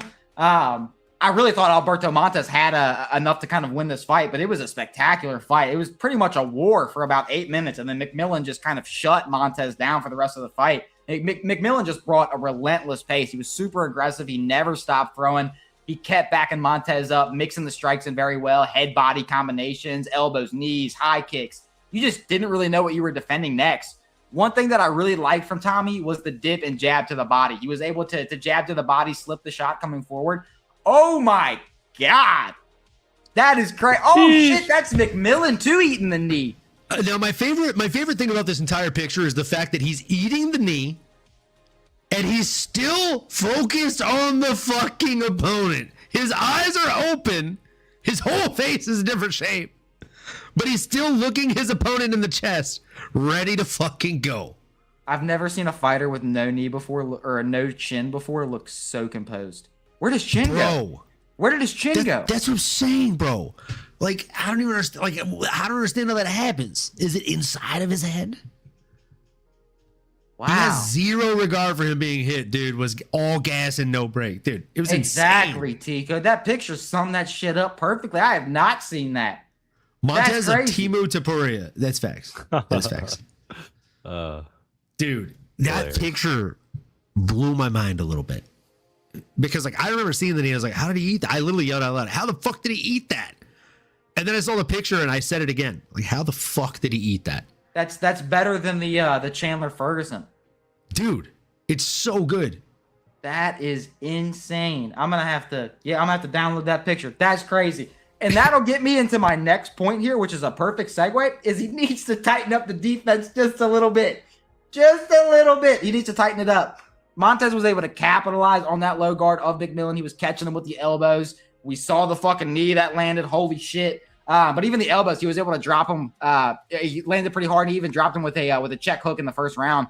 Once it got to round 3, though, I mean, Montez was drained, and it was all McMillen. I mean, he was slamming that right hook when Montez circled towards that power side. The 1-2 knee combo became very effective. He just broke Montez down for what was a very exciting fight for as long as it lasted. I mean, McMillen is looking like a serious problem in the featherweight division. He's already given Max Holloway a run for his money. So I'm very excited to see what you guys want to see next for this kid. The sky's the limit for this kid. Like calling a spade a spade. And I've used AI technology to figure out what Tommy McMillen will look like if he continues to fight like this in 20 years. And this is what we've come up with. No way. I'm kidding. It's Big Ed from 90 Day Big Fiancé. Ed, you can't do that to Big Ed. Come on now. Motherfucker got no chin. Big Ed. My wife. I couldn't help myself, bro. The wine glass at you It right felt there. like low-hanging fruit, bro. I mean, come on. If Goldberg was on the show, he'd be like, virtually identical. Come on, look at that. Oh, Nano, take it over, brother. Even Tico's on game. Big Ed. Big Ed. With the culture. See you, Tico. Listen, man, Tommy Gunn is a stud. I mean, the pace that he was able to maintain, literally breaking Nate Diaz versus Donald Cerrone's record for most significant strikes landed in a fight. Didn't even need the full 3 rounds, was able to do it within that, got the finish. He is on my fantasy team. Yes, I know, I'm a genius. But aside that, I mean, man, this guy, and it is like one of those things, his defense obviously needs to get better, but the reality is, and I think Laura Sanko put it perfectly after the fight, is he's a bona fide star. And he's not someone that you care if he goes out there and wins every single match. I don't want to necessarily, it's kind of that Michael Chandler arc, but I do think if he continues to work the way he does, he has that kind of cardio, that kind of pace, he could be a warrior like the one behind me, looking at an Nate Diaz. I mean, he just broke his record, but it's by death of 1,000 cuts. That's his style. That's what makes him him. He's tough. He's talking crap. He's backing it up. He's talking shit throughout the whole fight, through the press conference, everything. And then hearing Tim Welsh talk about him more candidly, dude's an upright individual as well. Obviously the Tommy Gunn and playing into all of the kind of gangsterness and all of that. It's not Josh Hokett-esque as far as it being this theatrical thing. He means what he says, especially when he's going in there for a fist fight. And when he says it's anytime, anywhere, I believe him. But I think he said one of the coldest things after the fight, and it was something along the lines of, if you think I'm going to let another man step in this octagon and take what I worked hard to do, what I feel like I earned, I'd rather die. You know, essentially, it's like you're out your fucking mind if you don't think I'm going to go out there and give it everything. And some man's going to try to take what I worked my whole life for. I said, ooh, he's a dude. He's a problem. I mean, cold-blooded is what I would label Tommy Gunn. Cold-blooded. And like Sean Moody said, he has some bad/dope tats as well. He does. He does. He has bad and dope. And look, Nano started off his breakdown by saying, yes, I'm a genius. And I know what you're thinking. Like, this cocky, arrogant son of a bitch. But there's another comment in here that actually helps me segue into this in the best way possible. Just Doing It says, Tommy McMillen is the striking Marab. He don't gas out. This is DS 2.0. It's funny you say that, Just Doing It. This is season 5 of our fantasy season, or our UFC fantasy league that we do. We do it every 6 months. It's a 6-month league. highest scorer of all time in a singular fight and in a season. Both records are held by Merab Dvalishvili. He scored over 200 points in one fight because he got like 20 fucking takedowns, and it's like 5 points per takedown. He got like 240 points. Closest I've ever seen a fighter come to that is like 140. It might have been Khamzat too, right? Against it was Khamzat. Fun fact: Tommy McMillen with 0 takedowns, 0 takedown attempts. Those are scored a lot heavier in the league, just because it's based on the DraftKings scoring system. Tommy McMillen scored you 168 points in one fucking outing, and it wasn't even 25 minutes. God help us if he fights again. It's not going to be a fun season. And mind you, I'm in first by like 400 points, and I'm saying that because he hasn't had a whole lot of fighters go. That's why I am where I am. I have already had a lot of fighters go. I need them to heal up and fight again for me. And I don't know that that's going to happen. So, yeah, Tommy McMillen is the future. He's the future as long as he learns how to defend, because if he doesn't, he is going to be the future test subject for CTE. He's so many shots. In this one, luckily, he only ate 56. Alberto Montez, what I noticed the most, was very hesitant. He was very gun shy. You could tell there were a lot of times where he was thinking about throwing a shot rather than throwing the shot, and that's why he ate so many shots that he did. Tico says if he isn't already, McMillen for sure getting added to the MMA Fighter mugshot compilation. He actually did the Dustin Poirier, like the It's Gonna Be Bad, my brother.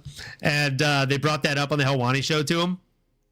And DP's reaction, he's like, how do you feel about fighters doing that, like your pose, your airport pose, or reenacting that? Because Tommy did it post-fight in his interview. And he's like, if he goes out and performs like that, he do it every fucking time, bro. Great fight.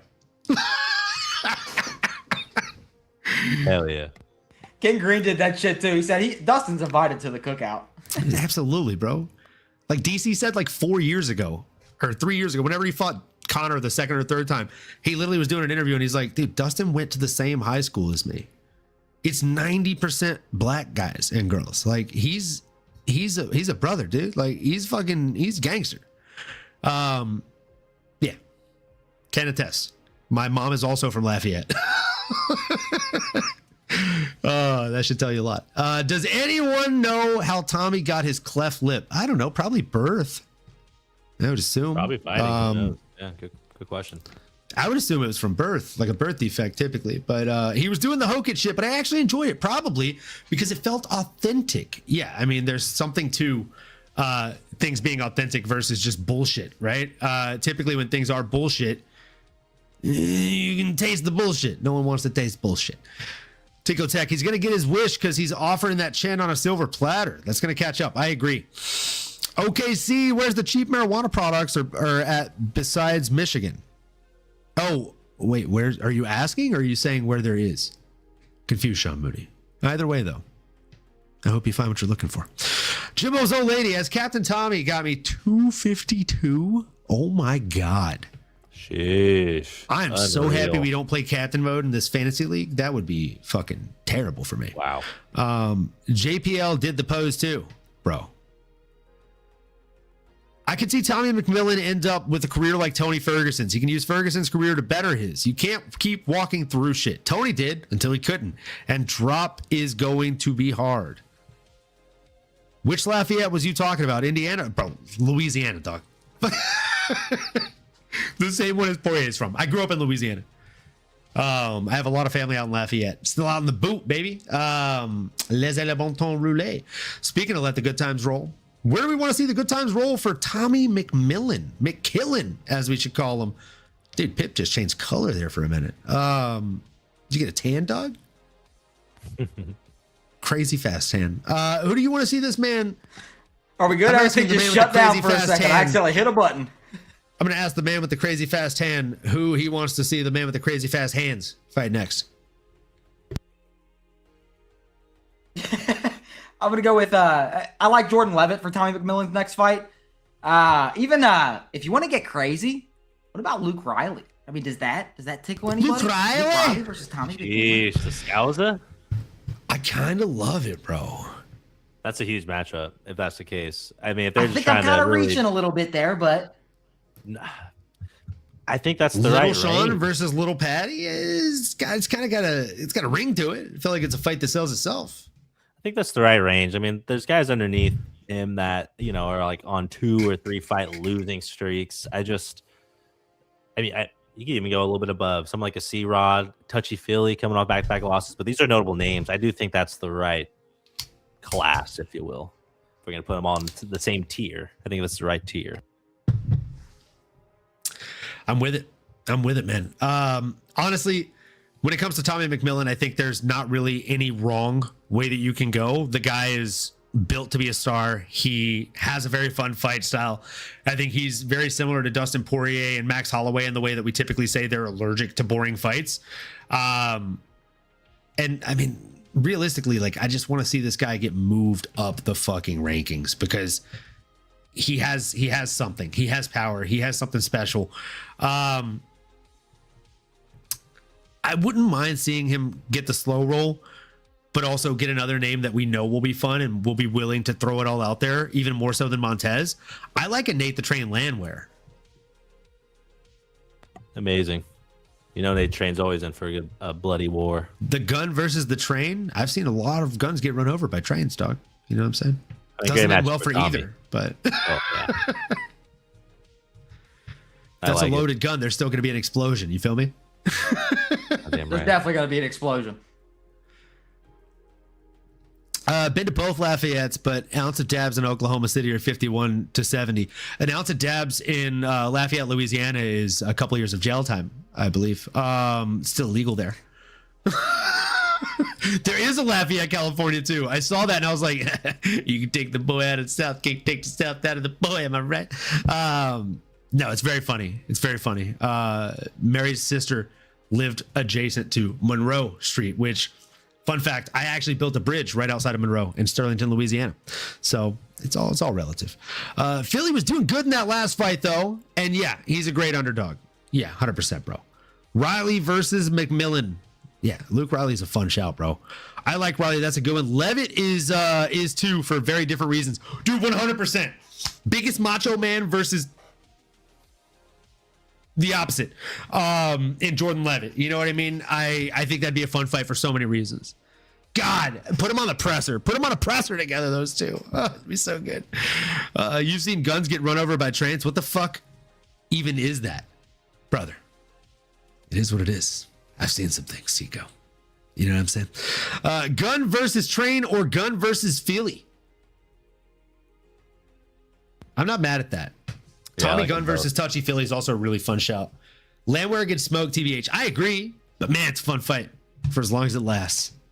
For as long as it lasts, it sure would be a good one. Speaking of good ones, let's talk about one that I actually did get right. Right? I knew that Jose Delgado was going to come out here and beat Bashy. Bashy, he's great on Instagram. He's got really weird videos, very adjacent to Tony Ferguson follow. If you know, you know. If not, I would say follow, but you know, just save yourself. Maybe don't follow. But I digress. Before I jump into this, I had a shot to do for getting that last one wrong. It was a terrible one. It was a terrible pick on my behalf, and it won't happen again. I won't be picking against Tommy again. Cheers, folks. No extra spill. Just cheers.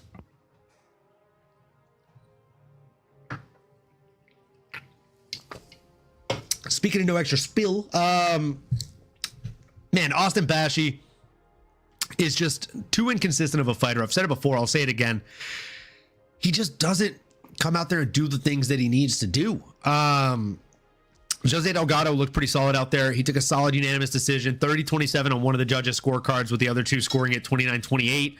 Bashy started pretty fast and even scored a knockdown in the first round.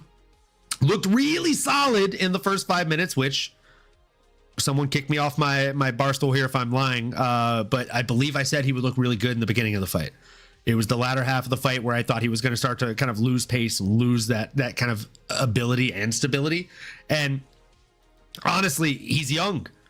I didn't expect the knockdown. I didn't call that. I'm not going to lie and boast myself up. But if I would have, I probably would have said he's going to get a little bit greedy and he's going to gas himself out even quicker as a result if he's not able to finish it. And that's exactly what happened. He had a very strong showing in the first round. Looked like he was on his way to the horse, or on his way to the races, and was just essentially gonna fucking cash that ticket, as they say. But even in the first round, fun fact, guys, I know I didn't see it this way when I watched it live. If I asked you who won the first round, you would wholeheartedly say Bashi, and I would agree because he got the knockdown. He landed less significant strikes in round one than Jose Delgado did. I was gonna say, when I was watching that live, I almost felt like it was a clean sweep for Delgado. It was wild to me, right? 12-10 on significant strikes in round one, 38-11 in total strikes, 13-7 in round two. The only round that Bashi actually outlanded him was round number 3. And even then, I thought it was a back and forth round. I didn't think it was one-sided at all in his favor. So Jose Delgado looked really good here. He showed a lot of heart, and the fact that he survived that opening onslaught shows me in a way that we haven't really seen before. He does have a good chin. He can have that bounce back that he needs to, almost like a featherweight Dustin Poirier, the way they used to get rocked down and move forward. So yeah, let's see here. I was going into that one hoping for Bashi to get slaughtered, but I left impressed and mad at Delgado's dumbass. It's because Bashi's is explosive, and that's captivating. Plus, he was moving forward. I mean, if a guy's exploding forward the entire fight, and I've already been dropped, I'm probably going to play a cautious game plan. And that's exactly what Delgado did. I wasn't mad at him for fighting the way that he did. I wouldn't say he's a dumbass. I would say that he maybe made some fundamental mistakes. There was a moment where he had his opponent hurt on the feet and he shot a takedown. I'm like, what the fuck are we doing? Why are we doing this? Like, if I'm his coach, I'm taking my shoe off and I'm throwing it into the fucking octagon. Like, fuck are you doing, bro?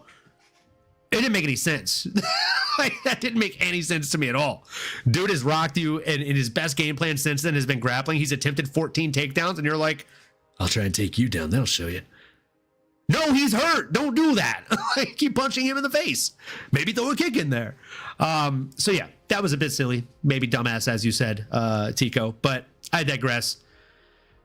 You're gonna chocolate his shit from the corner? Damn, brother. Sometimes dire situations, they require dire solutions. You said, you know chocolate. I was just thinking that though. I said, ass. he got the chocolate in the fucking back room after that. Oh, brother. Delgado pulled the Leon versus Brady LOL. The flip-flop emoji is awesome. Oh, man. Nano, talk to me about this fight. What were your thoughts? And, man, what do you think is next for Jose Delgado? Yeah, man. I think it was a solid back and forth fight, and it's unfortunate for an Austin Bashi, who on paper was the Ben favorite coming in. He has a lot of talent. He should do better than maybe he's kind of showcasing. Unfortunately, I know it's a slim margin of error. Like it's really the little things that are the difference from a victory and a loss. And maybe he needs new coaches. Like, that's not often I look at a fighter and just think kind of the point you reiterated as well. It's just some of the decision making is just not there, right? I don't know if it's just certain patterns or things he likes to do, or it is just the true game plan. But he is explosive. He is a great athlete. Like, he's strong, should be able to at least do better. He came in with a lot of hype. It's just, Jose was able to find the mark. He was able to stay poised. He was able to stuff a lot of those takedowns and just have enough volume with the knockdown as well. Although it felt like Jose might have got dropped as well. I don't know if they considered it a knockdown. I don't know if that would have changed much on the scoring card. It just felt like overall Jose was a step ahead. But yeah, sucks for Bashi. Maybe he needs a new camp or something.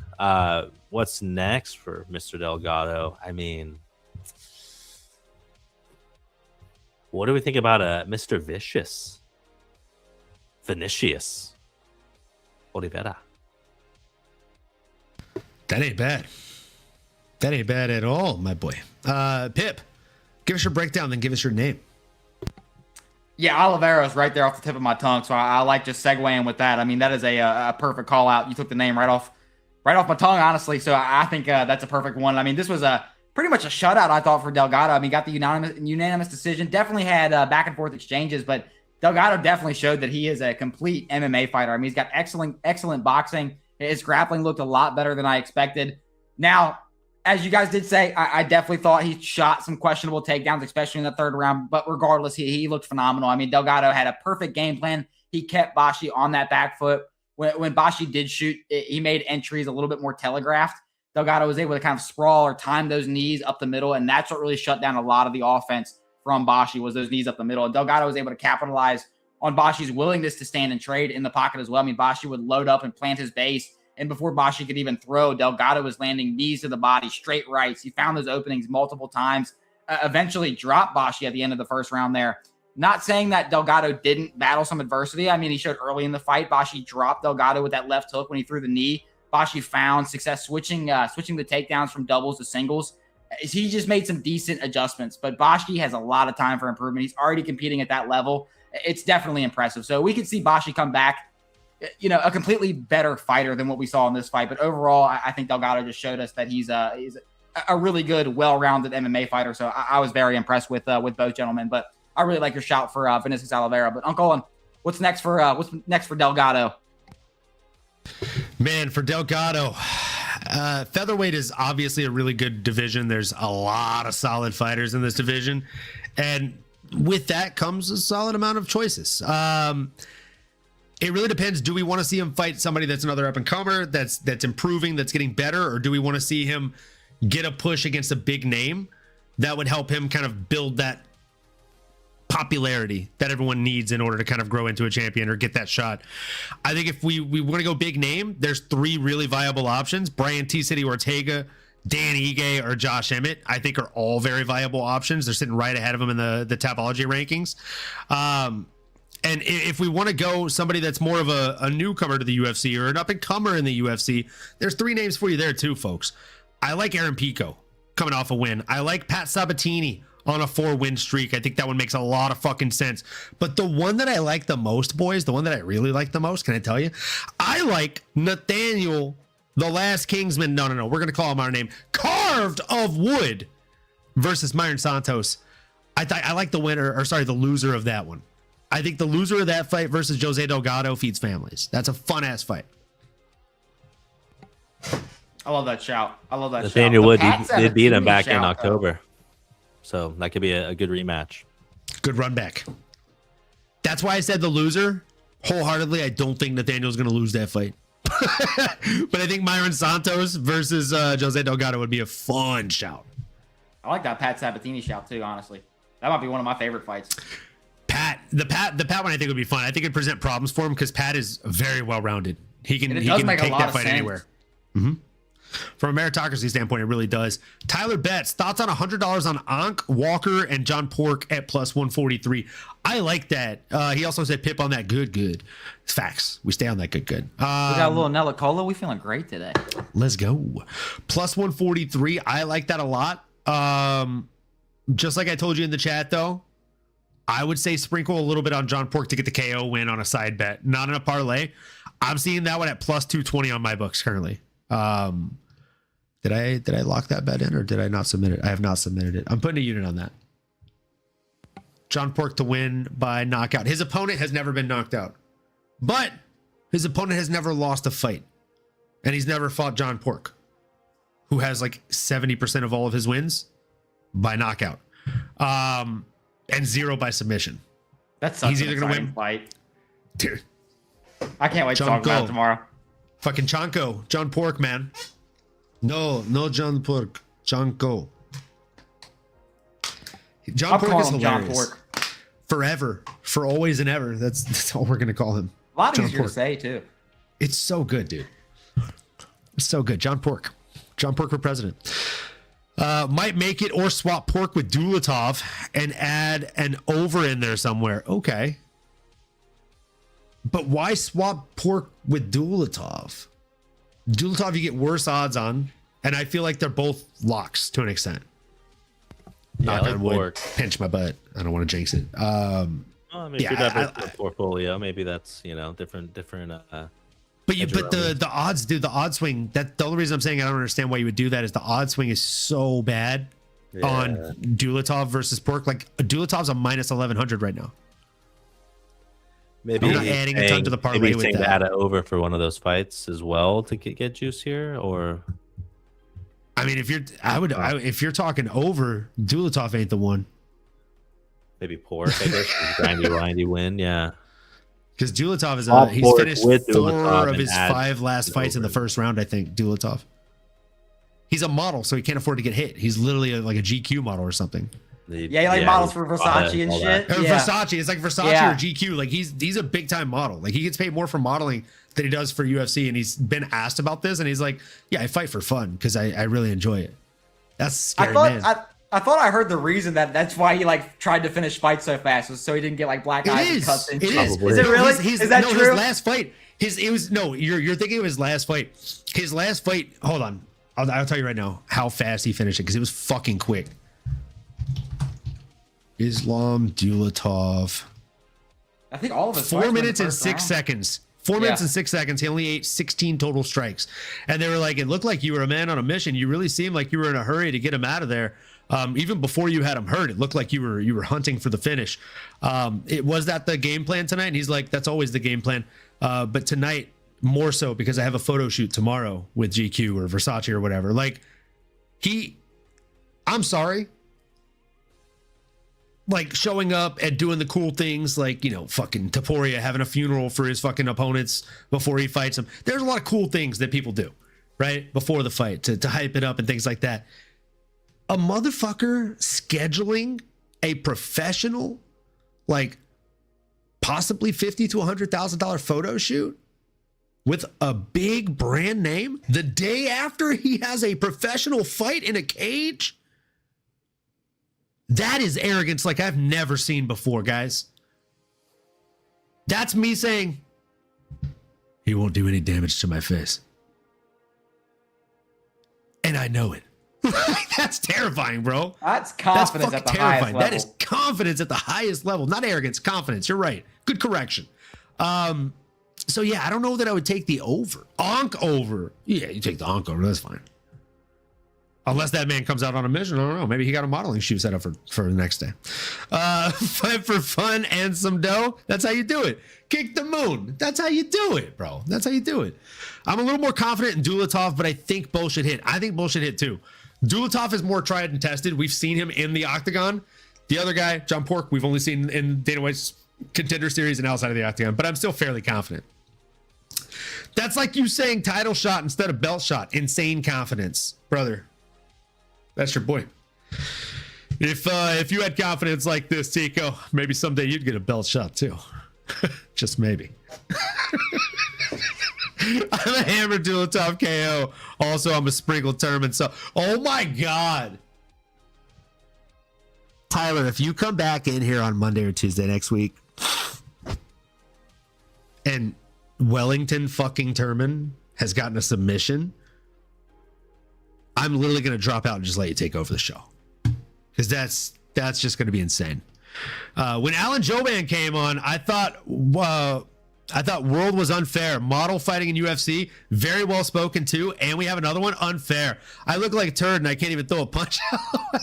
Fun fact, I met him at UFC Sacramento back when the headliner was Karate Hottie versus Paige Van Zandt, to put it into perspective. And it was the first time Uriah Faber retired from the UFC. And my boy Drew, one of his favorite fighters, was Alan Joban. Joban fought that night. He fought a guy you might have heard of named Mike Perry. After their fight, maybe like an hour or two later, watching the rest of the fights, Alan Joban's walking past us because we're cage side. And I'm like, oh my God, dude, you got to get a picture with this guy. This is like one of your favorite fighters. Everyone's swarming him. They're all taking pictures, wearing like a leather jacket. He's got a shiner, literally just out of the fucking octagon, just fought. My boy Drew is like very short, very shy. And he's not going to fight to get a picture. And people keep jumping in front of him. The guy's about to walk away. So I grab him on the arm. I'm like, hey, Alan. And he turns around and he's like rearing up. And he's like biting his lip. I had my camera ready to take a picture of Drew and him. So I got a picture of him like this. And dude, he was going to fucking hit me. And I'm like, you're my friend's favorite fighter. Will you please take a picture of them? Please don't hit me. And then we got a picture of him and Drew. And he's still doing the face in the picture. Like he was perturbed that I had put my hand on him. So yeah, not only did I meet that guy, but I probably almost got my ass kicked by him too. Learned a valuable lesson. Yeah, I was like, I'm sorry. I did not mean to grab your shoulder. That was a very nice jacket. You are correct, sir. That's a 10 out of 10 story. There's no beer on my hands, I promise you. Yeah, Pip, for reference, I will find the picture and send it to you after this. You will Please do. Please get a kick out of it. When you see the look on his face, you're gonna be like, oh my God, you were close to death, dog. That's crazy.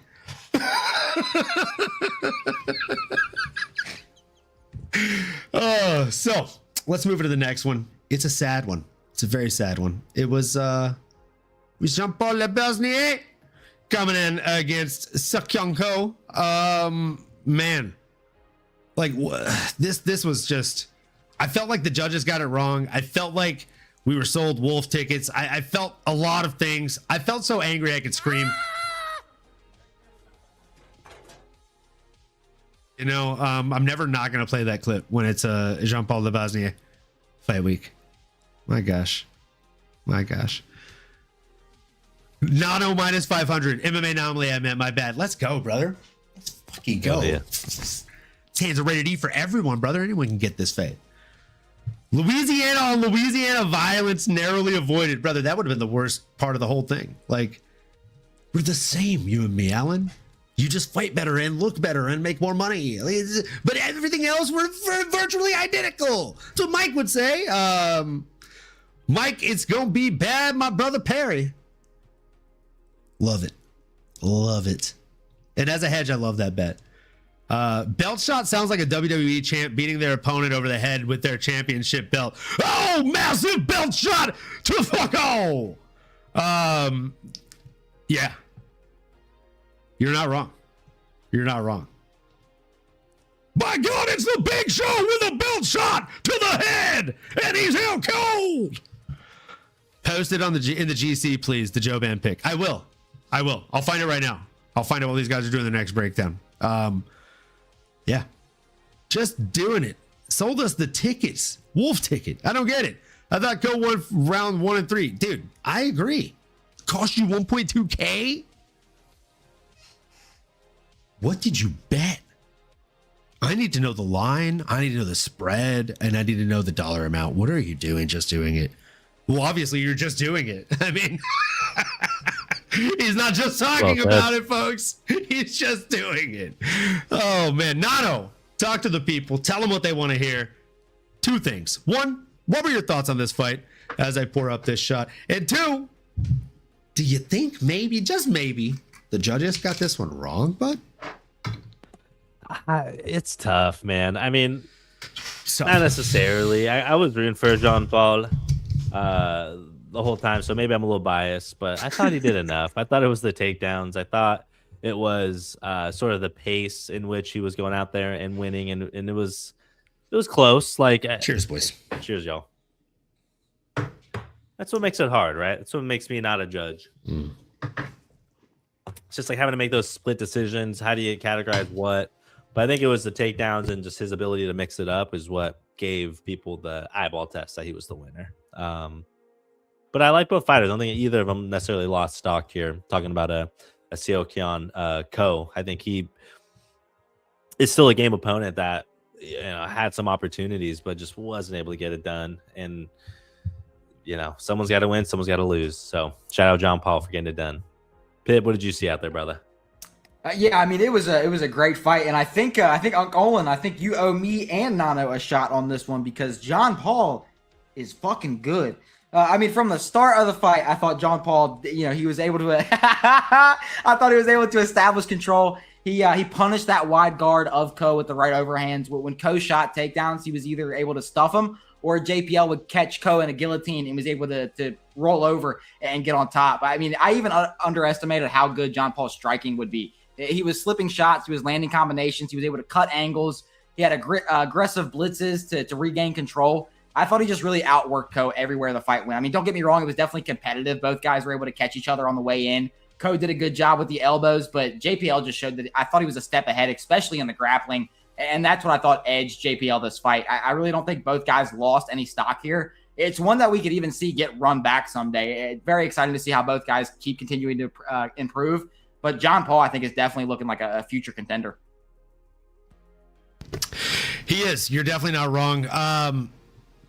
I mean, look, 3 out of 4 takedowns is definitely a noteworthy number. He looked really good every time he attempted a takedown. He was damn near landing it. And, I mean, once he got on top, it was quite a bit of control there, too, right? He made it hard for Seokyoung Ko to get up. If anything, I felt like Ko was a little bit overconfident in his grappling and underconfident in his striking. He should have really started opening up at the hands a lot more often and not respecting his opponent nearly as much as he did. And I think, again, ultimately that's what led to his demise in this fight. So great performance for Jean-Paul Lebosnoyani, but a terrible showing for the guy that I thought was going to win in Seokyoung Ko. And you know what, man? I'll do that extra shot for you, Pip. Mama didn't raise no bitch. I'll pour it up right now. But before I do that, I'm just downloading a picture real quick to add. Boom, there it is. That way I can show it to the people too. Oh.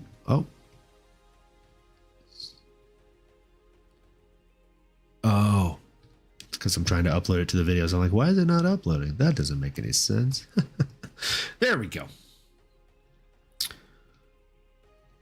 So this is me coming into a near-death situation with Ellen Chopin, from the camera's point of view. Do you see the face that he was making? Oh, yeah. Bro, he looks disgusted. You are getting ready to fucking die. Brother, you've no idea how close to death I was. So did a civilian just touch my shoulder? Yeah. Yeah, the first face on the left was before I explained that he was one of Drew's favorite fighters. And then you could see actually the red. I'm colorblind, believe it or not, ladies and gentlemen. And I can see that his face is redder in the picture on the right, which was taken a whopping 3 seconds later. Yeah. So that happened. That definitely happened. Oh, man. Fighter. And look at this, guys. Just doing it said I used Robinhood prediction contract. I got him at 59 cents. To which I responded, of course, with, what the fuck? Robinhood does betting? I was just thinking that. I had no idea. That's where I do my stock trading, dude. The fuck? I had no idea. Don't tell me I just spend more money on fucking Robinhood. Ko kicked his ass on the feet. Jean-Paul got the takedowns, but no damage, only sub attempts. I agree with this. Ko did not do the hands down style well, and he was properly pillow fisted. This is the point that I actually wrote down that I wanted to make. Thank you for reminding me, Tico Tech, to get back on script here. He was doing what we call pushing instead of punching. So if you punch correctly, it should be a pop, right? There's a quick pop and release. As I connect, I'm coming back. He pushes. So as he gets there, he continues pushing forward. That looks really fucking cool if you're at the gym that has heavy bags and you're with your homie that's never fought before. Because the bag's like whoosh, whoosh, whoosh. But when I hit the bag, it sounds like a fucking shotgun even if it doesn't move. That's how you know you're doing damage to the bag. That's how you know you're doing damage if you're hitting a live body. And he wasn't doing damage. He was pushing instead of popping. He was not popping or really... There was not a lot of oomph on the punches at all. His kicks were better than his punches. The leg kicks looked really good. I wish he would have thrown more of those. That probably would have stopped the takedowns a little bit to an extent, but it was a poor fight plan from Seokyoung Ko and needs to go back to the drawing board. If you're going to try and fight like Tyson with that hands down style, and mind you, Tyson didn't do the hands down thing very often. He was here. He was coming in and out of the fucking pocket, landing those shots. I just genuinely think he needs to rework a couple things. He showed a lot of holes here on Saturday against Jean-Paul. And as you said, Pip, as I pour this other shot, Jean-Paul proved that he is a fucking stud. He's somebody that we should not be betting against. We won money on him last time he fought, and goddamn it, we should have won money on him again this time. So I backed the wrong horse. Cheers to you if you haven't already done so. Like, comment, subscribe, smash the bell for notifications. And cheers to you, Pip, you son of a bitch. Salute. He thought I wouldn't remember. I almost didn't. Dang, I forgot about that one. Jive turkey. Have you had a turkey leg from a barbecue restaurant with some spicy barbecue sauce? So good. Great question, Kick the Moon. I have not, but that does sound amazing. I had barbecue, but not a turkey leg at a barbecue place. Have you had the turkey leg from Disney? Sized one. Go ahead, brother. Have you had the turkey leg from Disney? No. Oh, fuck off. Is that the best one? So, yeah, dude, it's the fucking best, dude. I didn't even know they had that. I didn't even know it was a thing. Dude, literally, when we go to Disney with the nephews, Mary's always like, "Are you down to go to Disney with the nephews on these dates?" And I'm always like, "Yes." Can I get a turkey leg on one of those 2 days? It's all I care about. It's so good. It's just like it's dried and gristled and crispy on the outside. It's juicy on the inside. You do feel like a Norse Viking while you're eating them as well. Every time we go to the local fair here in San Diego, I always grab a turkey leg from there too. Very good. I recommend, if you're listening, if you're on the panel, next time you have a local fair, go. Even if you just go for the turkey leg, go for the memories, stay for the turkey legs. Did we watch the same fight? Jean-Paul was eating it standing. Slip what?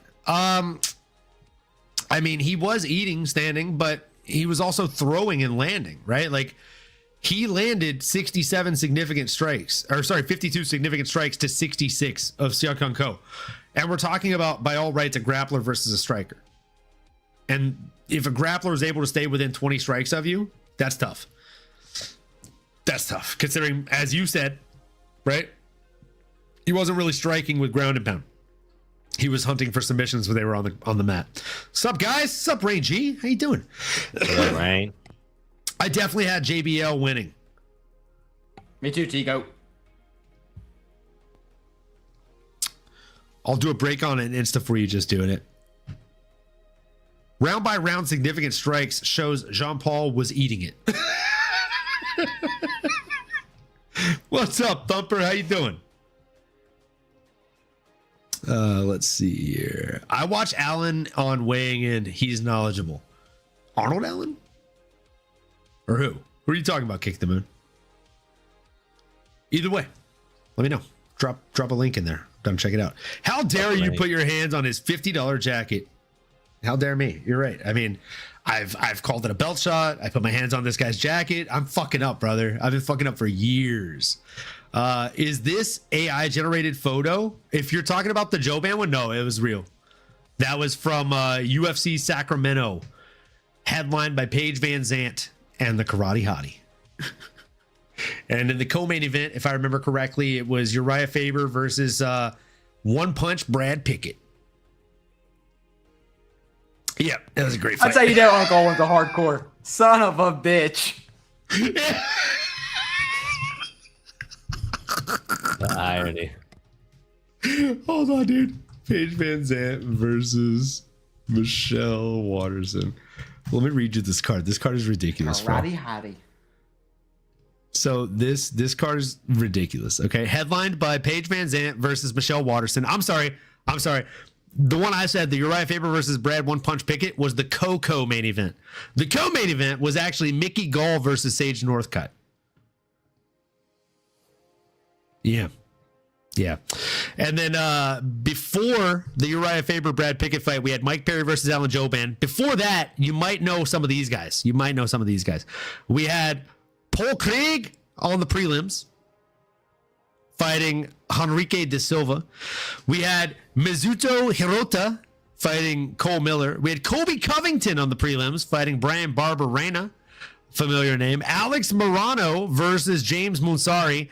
Josh Emmett versus Scott Hot Sauce Holtzman.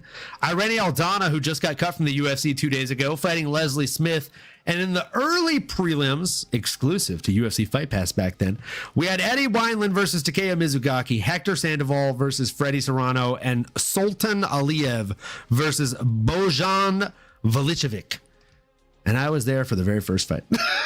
So yes, I am definitely that fan, and I'm definitely old. In the building, Lazy Bed, my guy. Let's fucking go. Shout out, Lazy.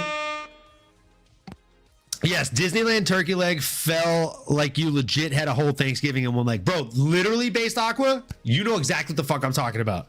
It's Thanksgiving in your hand. It's the best. It's the best, dude. Get a turkey leg at your local Renaissance fair and eat it while slurping from a large goblet. Drinking mead. I was just thinking that shit. Gods. Mead. Freaking mead. We have a couple of meaderies in San Diego, actually. I've been meaning to check one of those out. Bro, Lazy, that is a legit slice of heaven. Facts, dude. Facts. Joe Ban. fucking up is the best base for MMA commentary. I agree. I do agree. Fade the Reuters tomorrow. And Ezra, Gun, and wait, TMR? Oh, is Timarov a Reuter too? Is that what you're saying by TMR? Explain, Ranji. I'm confused. The KO main event. I can't believe I just heard Cole Miller in 2026. Hot sauce! Scott Holtzman, bro. Scott Holtzman, I wanted to see be a guy for a minute. I thought he was gonna be someone in the UFC, dude. And then I watched that fight live, and I was like, he's done, huh? That's probably it, huh? And then I discovered Josh Emmett, and I was like, this is pretty cool. This is a pretty cool guy to pay attention to instead. Maybe he's the guy. And then it turns out the lie detector test showed he's not the guy. So with that, let's talk about the guy, Jean-Paul Lebosnoyani. Pip, who do you want to see this guy fight next? For John Paul, I mean, Chris Curtis, I think it'd be a fun fight. Carlos Leal, I think it'd be a fun shout. I think either way, they're both just wars on the feet until JPL can start landing those takedowns. But no, who you got next for JPL? I like those shouts for sure. I guess because it does sound like people are torn. Maybe they're not as excited about the win. I just don't know how high we want to throw him in there. Maybe a Chaos Williams just as another body to go out there and be willing to answer the bell against someone like that. MMAnomaly, you got anyone top of mind? I'd like to see him fight Chris Curtis. I think that's probably the best name. It's a good litmus test. He's sitting right outside of top 30. If we want to see him fight somebody that's on a win streak, rather, Jonathan, the Captain Mikalev, I think makes a lot of sense too. That'd be a great litmus test for him. It would really show us, is he UFC caliber? But as I like to say, two shiny new toys. Big Boss is not necessarily going to bang those two against each other and risk breaking one. So I like the Carlos Leal shout a lot. Another name that I'll throw in the hat, though, is Puna Haley Soriano. He has one shot knockout power in both hands. I always confuse him and Coconut Bombs because he does have Coconut Bombs, right? That'd be a good test for him. And I also feel like Puna has really solid takedown defense. So it'd be a lot harder for Jean-Paul to actually land 3 or 4 takedowns on him. He'd have to try a lot harder for those. And I'm curious to see if he has the gas tank to do just that. Rain G said, had the two-teamer faded Reuters last week. Thanks, dude. Thank you for telling us. Thanks for having confidence in us. I told Papa Pips on that one too. That was one that I was planning on betting, but man, I'm happy it hit. I haven't felt that good about a bet hitting in a long time. JPL is going to make it to the title based on his origin. What's his origin?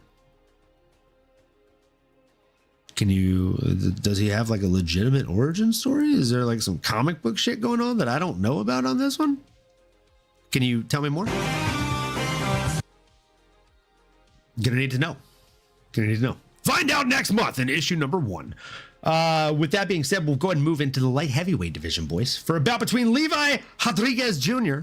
and Felipe Franco. It was a little Brazil on Brazil violence, I believe. And it was also a bout of the Reuters, right? It was tough to see. Pip, I'm going to go to you first on this one, because I know this was on your dad's parlay. What were your thoughts on how this transpired? It was, and this was one that hit. So if you hit the get fucked parlay, this is one that did it. I mean, Felipe Franco really just kind of came out here definitely looked like a trading partner of Jason Almeida, because he definitely did everything he could to put on an exciting performance. And I thought he did just that. I mean, Franco is back at light heavyweight. He's making a statement. He got that TKO in round 2. Honestly, I'm just surprised they both made it out of the first round. I mean, both of these guys, they didn't just swing and bang with each other, but they both landed full power shots on each other that they both ate clean. I mean, the hooks from Rodriguez, the right straights from Franco. Franco just mixing the grappling. He was able to land those double legs off the cage. He gained a lot of control time, smashed the elbows, and that was his key to success. If Franco needed to create the openings, he could shoot in, get the hands lowered, and then hurt him when it got to the striking, and then definitely had the grappling as a good backup plan. He just showed that he had a lot better fight IQ and composure than in previous fights. at the start of round 2. I mean, Franco just landed that stiff jab. He was able to rock Rodriguez with a straight hand. Landed another takedown after it, got right to mount, and then just rained shots to get the finish. Really, I think if he can level up his striking, he can be a bit of a solid contender in the heavyweight division, considering the circumstances. But Royce Gracie, discipline. Yeah. I mean, he looked good, but yeah. Oh, disciple. He's trained under Royce Gracie. Yeah, and I think that shows. Wild. If he can just level up the striking, I think he can give a lot of these heavyweights a big problem. But Nano, what'd you think? He's talking about Jean-Paul, bro. Oh, I thought he was talking about Franco. My bad. That was his response to JPL is going to make a title based on his origin. He's a Royce Gracie trained disciple. Okay. Learn something new every day. I did not know that. Kick the Moon. If you've been in the chat before, apologies for not remembering this. If you are new to the chat, please smash the bell for notifications and keep these comments coming. Had you said this last week, and again, if you did and I missed it somehow, fuck me. But my goodness, we need you to say these things when we miss them, because that is something that probably would have made me rethink my decisions last week on that bet. Nano, talk to us more about Levi Rodriguez Jr. versus Felipe Franco. Yeah, this was a fun light heavyweight matchup. Felipe Franco was able to go out, get performance of the night, get the bonus, one of the performance of the night bonuses, and get the knockout here in the second round. It was a fun back and forth fight. Honestly, I felt like it was anyone's match at any point, especially when you got these big boys, light heavyweights and up. I mean, anyone's swinging and banging with that much power. It's anyone's game, but it did feel like Felipe was the faster fighter, a little bit more sharper with the ones and twos, meats and potatoes, if you will. But then he took him down and really started to pummel his opponent, Levi Rodriguez, who did show a lot of toughness. I'd argue it might have been a little quick. I don't hate the stoppage altogether. I was leaning that direction. I just think maybe you want to give these big guys a little bit more time. Granted, probably saved a few years of Levi's life by not allowing him to go unconscious and take even more unnecessary damage. Might have already been concussed, obviously was hurt, and did kind of shell up at a certain point. So, yeah, I think I just maybe would have liked to see a little bit more, but it was the right move. You protect the fighters. I don't have a problem with it. He was losing the fight, essentially either way. So, good on Felipe Franco for putting on a good performance and getting a bonus. MMAnomaly, bring us home, brother. Man, Felipe Franco, I agree with you. He looked like he got the problem at 205. Both guys came out swinging. Both got rocked fairly early. It looked like either guy could have their big finish in that first 2.5 minutes, call it. First 1.5 minutes, call it. But Franco mixed things in very well. He mixed in the wrestling. He got 3 out of 6 takedowns, right? In just a fight that lasted less than 7 minutes. So the guy looked really fucking good out there, got top position, retained it for a decent amount of time, and then secured 2 full mounts where he was able to unload punches and elbows. Do I think the stoppage was a little preemptive? Yes, to an extent, but I also understand it 100%. Like at the end of the day, the ref's job in there is to protect the fighters from taking unnecessary damage. I don't know about you, but I don't see a ton of paths to victory for Levi Rodriguez to win that fight in that position. He's just going to continue to eat damage. I'm not as concerned with whether a knockout was 2 seconds away or 10 seconds away, as long as a knockout was fairly imminent. And I felt that was the situation. He was going to continue to eat damage. He was going to continue to get hit until he did get knocked out. The ref stopped that knockout from happening. In my opinion, that's great for somebody like Levi Rodriguez. Did he get half a paycheck because of this? Yes. Does he have to take 90 days off for concussion protocol because of this? No. That's a fucking win. I can fight again in 90 days instead of having to take 90 days off of training and sparring. The ref did me a favor. He can be as mad as he wants. He did protest the stoppage to an extent too, which I thought was kind of heinous, if I'm being honest and calling a spade here. Like, you have a job to do, and that is to show that you're objectively and intellectually defending yourself at every stop of the fight. And if you fail to do that, the ref's job is to step in and save you from yourself, from your own toughness. You failed to do your part, so he did his. One thing doesn't get triggered without the other failing to be triggered. So it falls on Rodriguez Jr. And I feel like we spoke more about Rodriguez than we have about Felipe Franco, quite frankly. And I don't think that's fair because Franco came out here, the smaller guy, quite frankly, the guy that's been legal, not popped for steroids in his career yet. And I mean, he got the thing done. And we said this last week, the guys that have been on steroids for years, especially the ones that pop in their first fight in the UFC, it shows they've probably had a history of doing this and getting away with it on the regional scene. What happens to their body when they come off of it? Is it the same? Does that chin deteriorate to an extent? It's never the same, bro. Things deteriorate. If you're not going to blow your leg, they're going to blow your fucking chin off.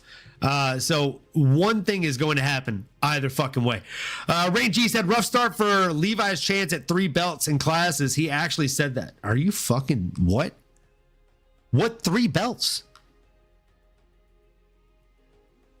Is there a super heavyweight division that I'm not privy to? Because he's not cutting to 185, is he?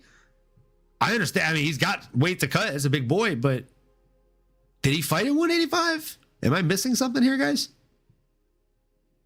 I'm so lost. What's up, chat? Shout out Olin, Nano, and Pips. My what boy up, Shin to Shin MMA. How you doing, brother? Another beautiful day in paradise, man. Happy to have you here. Absolutely. Here for the last 4 fights after we go through the matchmaking here. Pip, what are your thoughts? Or actually, Nano, what are your thoughts on what should be next for light heavyweight Felipe Franco in a very shallow division? Yeah, I would say it's shallow. It's shallow, but I do think someone like an Ebo, maybe even a Billy, son of Susie, Elikana on a 3-fight win streak. Maybe that's a bit more appropriate matchup. 2 guys that are coming off of wins. I don't know how much higher I'd go than that, though, boys. It is shallow, but when I'm looking at the Ewos of the world and the Jimmy Crutes and the Eon Kutalabas, I need to see another win before I throw Felipe up in that mix. What do you boys think? Any names sticking out to y'all? I like Rodolfo Bellato. Solid. I think that name makes a lot of sense. If we want to get a test and see kind of what the ceiling is, if we just want another, like if we want a feeder fight, I have a good feeder fight if you guys want to hear it. Why don't we give him Julius the Juice Box Bumwalker? I mean, feed me, I'm hungry. He's there to be hit. He's there to be knocked out. I think that one makes a lot of sense. I think Reigns talking about Levi's comments during fight week. He said he'd be the first 3-division champion. Unsure how he planned to accomplish that. That's what I'm saying, Lazy. Like that's where the confusion comes for me. Like he's 205. We have 1 division above that. Typically, when these fighters are double division or attempting triple division, they're going up and then they're going up again. You don't go up and then come down 2 weight classes. That would be silly. Especially if, you know, the cutoff, the weight class above you is a 65 fucking pound differential. That's kind of wild. We saw what happened to Pineda. Let's maybe not play that game. Yeah, I don't know. Hey, but if he goes down to 185, he is a problem. And he has weight to cut. He looked fluffy. I'm not talking about Anthony Hernandez when I say fluffy. Okay, folks. Levi boldly claimed he would accomplish what Alex Pineda couldn't by capturing UFC titles in 3 different weight classes. Middleweight. What the fuck?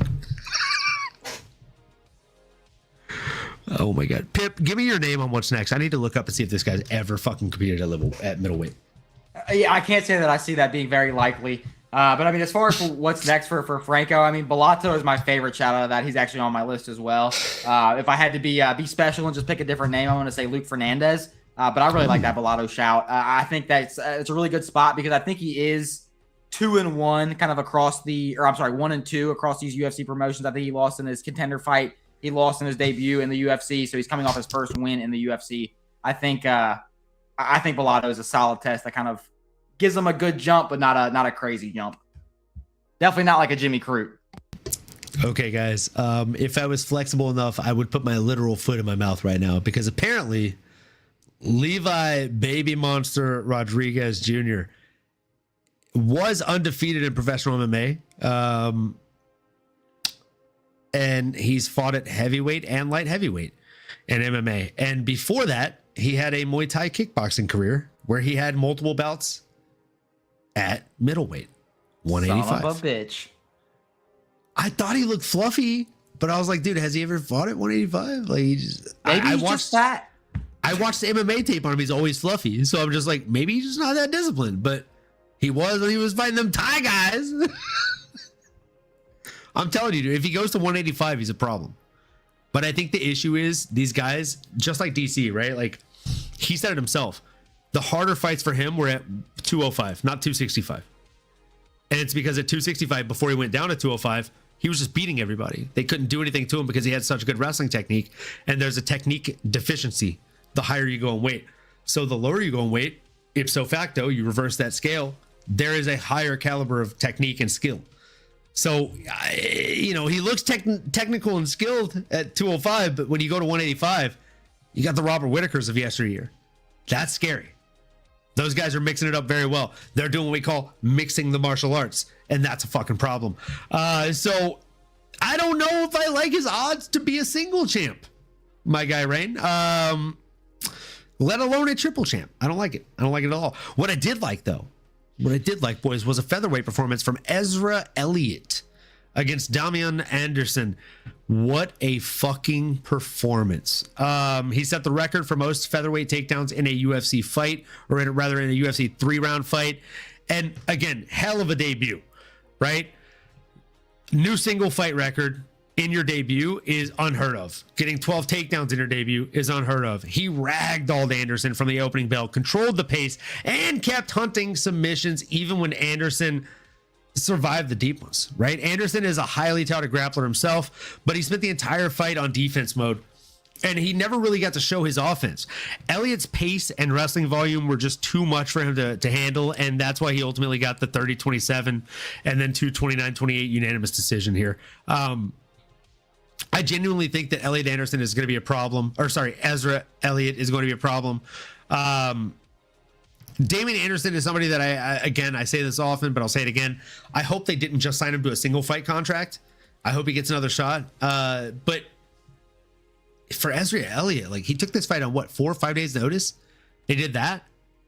That's impressive as all get out, man. I can't wait to see what this guy does with a full camp. And I have at least 2 names on the tip of my tongue for him. But before I give those names, Nano, what were your thoughts on the performance from Ezra Elliot? Yeah, I thought he did more. I thought he exceeded expectations. I did know that he was coming in with a wrestling background. He's 3-time champion out in Illinois. And I know he trains with Tommy Gunn. I know he trains with Sugar Sean, Tim Welch, and those Arizona boys. So I knew he was going to be ready. It was unfortunate he didn't make weight. I think it was due to the short notice, getting it on 5 days. I think it literally boiled down to one meal, even, and just not knowing in time. But at the end of the day, it's why you stay ready, right? It's why you stay in the gym. You continue to work on the craft, because you never know when you're going to get the quote unquote call of your life. And that's exactly what he did. And he seized the opportunity. I mean, 12 for 18 takedowns, the control time. I'll admit, I think Damian Anderson definitely had the edge from a striking perspective, but Ezra was able to cover that up and do just enough on the feet to, again, get to the chain wrestling, really muddy the waters here, and really had his opponent in quicksand. It was absolutely great executed game plan. Dude's talented, and like you mentioned, with the full camp, with the full just that full opportunity to prepare for your opponent, I think sky's the limit for this kid, man. Sky's the limit for this kid. Something is in the water out there, so y'all better keep an eye on this kid, Ezra. Pip, what'd you see out there, man? I'm sure you saw some creativity and some good X's and O's. Give the people what they want. Break it down for us. And one thing that I do have to add, though, and I hate to give Ezra a little bit of shit because it was such a good performance, but Damian also came on this fight on short notice, okay? And he made weight. This was a late addition fight to the card, and Damian made weight. I don't really want to hear any excuses for Ezra. I think he really needs to get his shit together if he wants to keep fighting in the UFC. He needs to make the weight. That's a big red flag for me in your UFC debut. Aside from that, he looked very good. I mean, all he really needed to do was wrestle, and that was the whole story of this fight. I mean, it was or grappling match. I mean, essentially whatever you'd like to call it. I mean, Ezra was relentless, stringing the takedowns together from singles, sweeps, mat returns. You just weren't getting away from him. Damian is a solid BJJ practitioner, so he did a great job fighting the hands and staying composed. But Uncle, and as you said, all he was able to do was defend. I mean, we did have some fun moments by all means. I mean, Damian was able to actually dump Elliot on his head at one point at the end of the first round there. Damian kind of was defending the hands from the single, lifted up Elliot's right leg and swept him right on his face.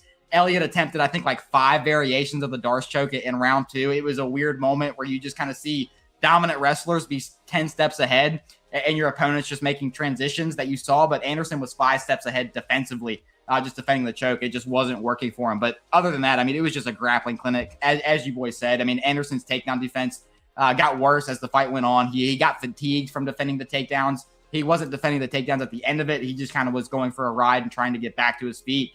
And as you guys said, I mean, Ezra broke the record for the most takedowns landed in the featherweight fight with 12 takedowns. So I'm interested to see how Ezra does because he does have that aggressive style. He's got solid cardio that can break a lot of these guys down. Very interested to see who you guys want to match him up with. But yes, like I said, Ezra needs to get the weight issue solved. And Lazy Bet saying, bingo, Pip. Bit of a stock drop for me on Elliot. Fight was a late addition to the card with equal notice for both men. If you told the brass you could make weight on such a quick turn, you gotta do it. Stock rise for Anderson, natural bantamweight who took on a big featherweight who missed weight.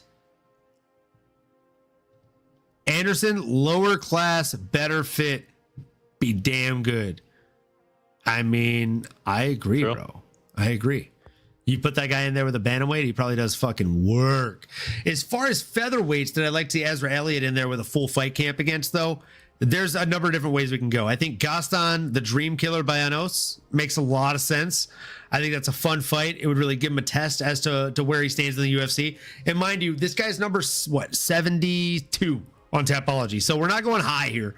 Another couple that I think makes sense are Melzik the Gunbag Zadarian and the Texas Kid himself, Michael Aswell Jr., coming off 2 back-to-back losses. You gotta fight down rather, if you're coming off 2 losses in Aswell. And I think that it makes sense for Ezra. Nano, what names did you have on the tip of your tongue? I'll save that one for Pip there. I like Jack Jenkins, sitting at 46 on the rankings. I don't know how much higher I'd go than that, but that's someone that's coming off a victory. Hasn't fought in a while. I'd love to see him go back and get in the octagon again. If that's too rich for your blood, maybe you look at someone like a Fernando Padilla, El Valiente. Put that on the September card. I know Tommy Gunn wanted to fight on that card. Maybe Ezra would want to fight on that one as well. That'd be a September timeline. But to be honest, I mean, I'll be watching Ezra whoever he fights. I think anyone in that range, though, in that tier, if you will. Pip. Oh, here we go. Tico, what do we got? Yeah, you think Gaston could stop the wrestling? I don't know if he can stop the wrestling, but I know he has a nice uppercut and a check hook.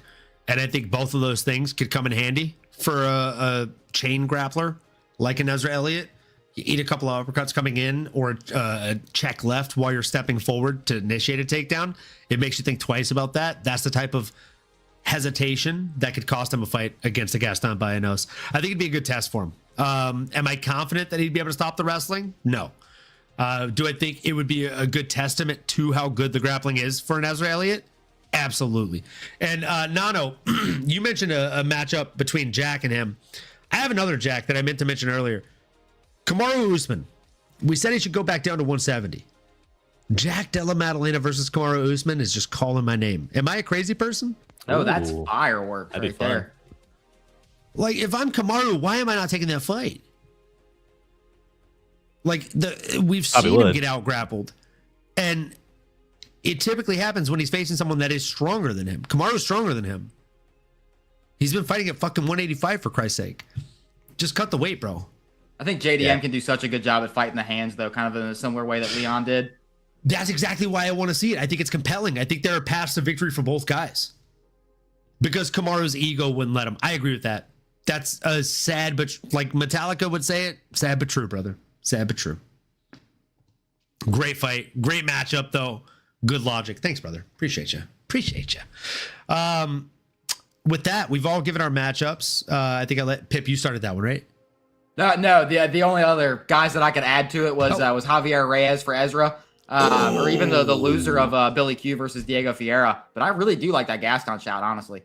That's a solid shout. Can I just call us all out on something? I feel like when it comes to these matchup shows, these recap shows, Billy Q should win an MMAnomaly award next year. Billy Q really should. For like most mentioned to be matched up with a fighter on the recap shows. Most likely matched up. Yeah, I know. You can't tell me you don't want to see Billy Q fight anybody and everyone. He's Billy the Squid, bro. He's got 8 limbs. Let him fight 8 guys. Why not? Fuck it. That's Ben the Bane Davis's boy. I don't know if you've seen those videos of him just wrecking Ben the Bane Davis, but they're very comedic. They're very comedic. They've gotten some rounds in the gym, and Billy, he lets him have it in the funnest way. Yeah, Billy Q. Big Billy Q program. 100%. Big fans of Billy Q on this show, folks. Shout it out. Shout it out from the rooftops. Let them know. We're big fans of Billy the Squid. That's a hill I'll die on. Facts, bro. He's another of those guys that's like, I don't know of his allergies, but I know that one of them is he's allergic to a bad fight or an unfun fight at the very least. Speaking of allergic to things, I think Alden Coria is allergic to losing when he's a favorite. We have Alden Coria at the flyweight division coming in against Stuart Nickel. Not a dime, not a penny, not a quarter, but a nickel. But I'll tell you what, Alden Coria made him probably feel like a penny on Saturday.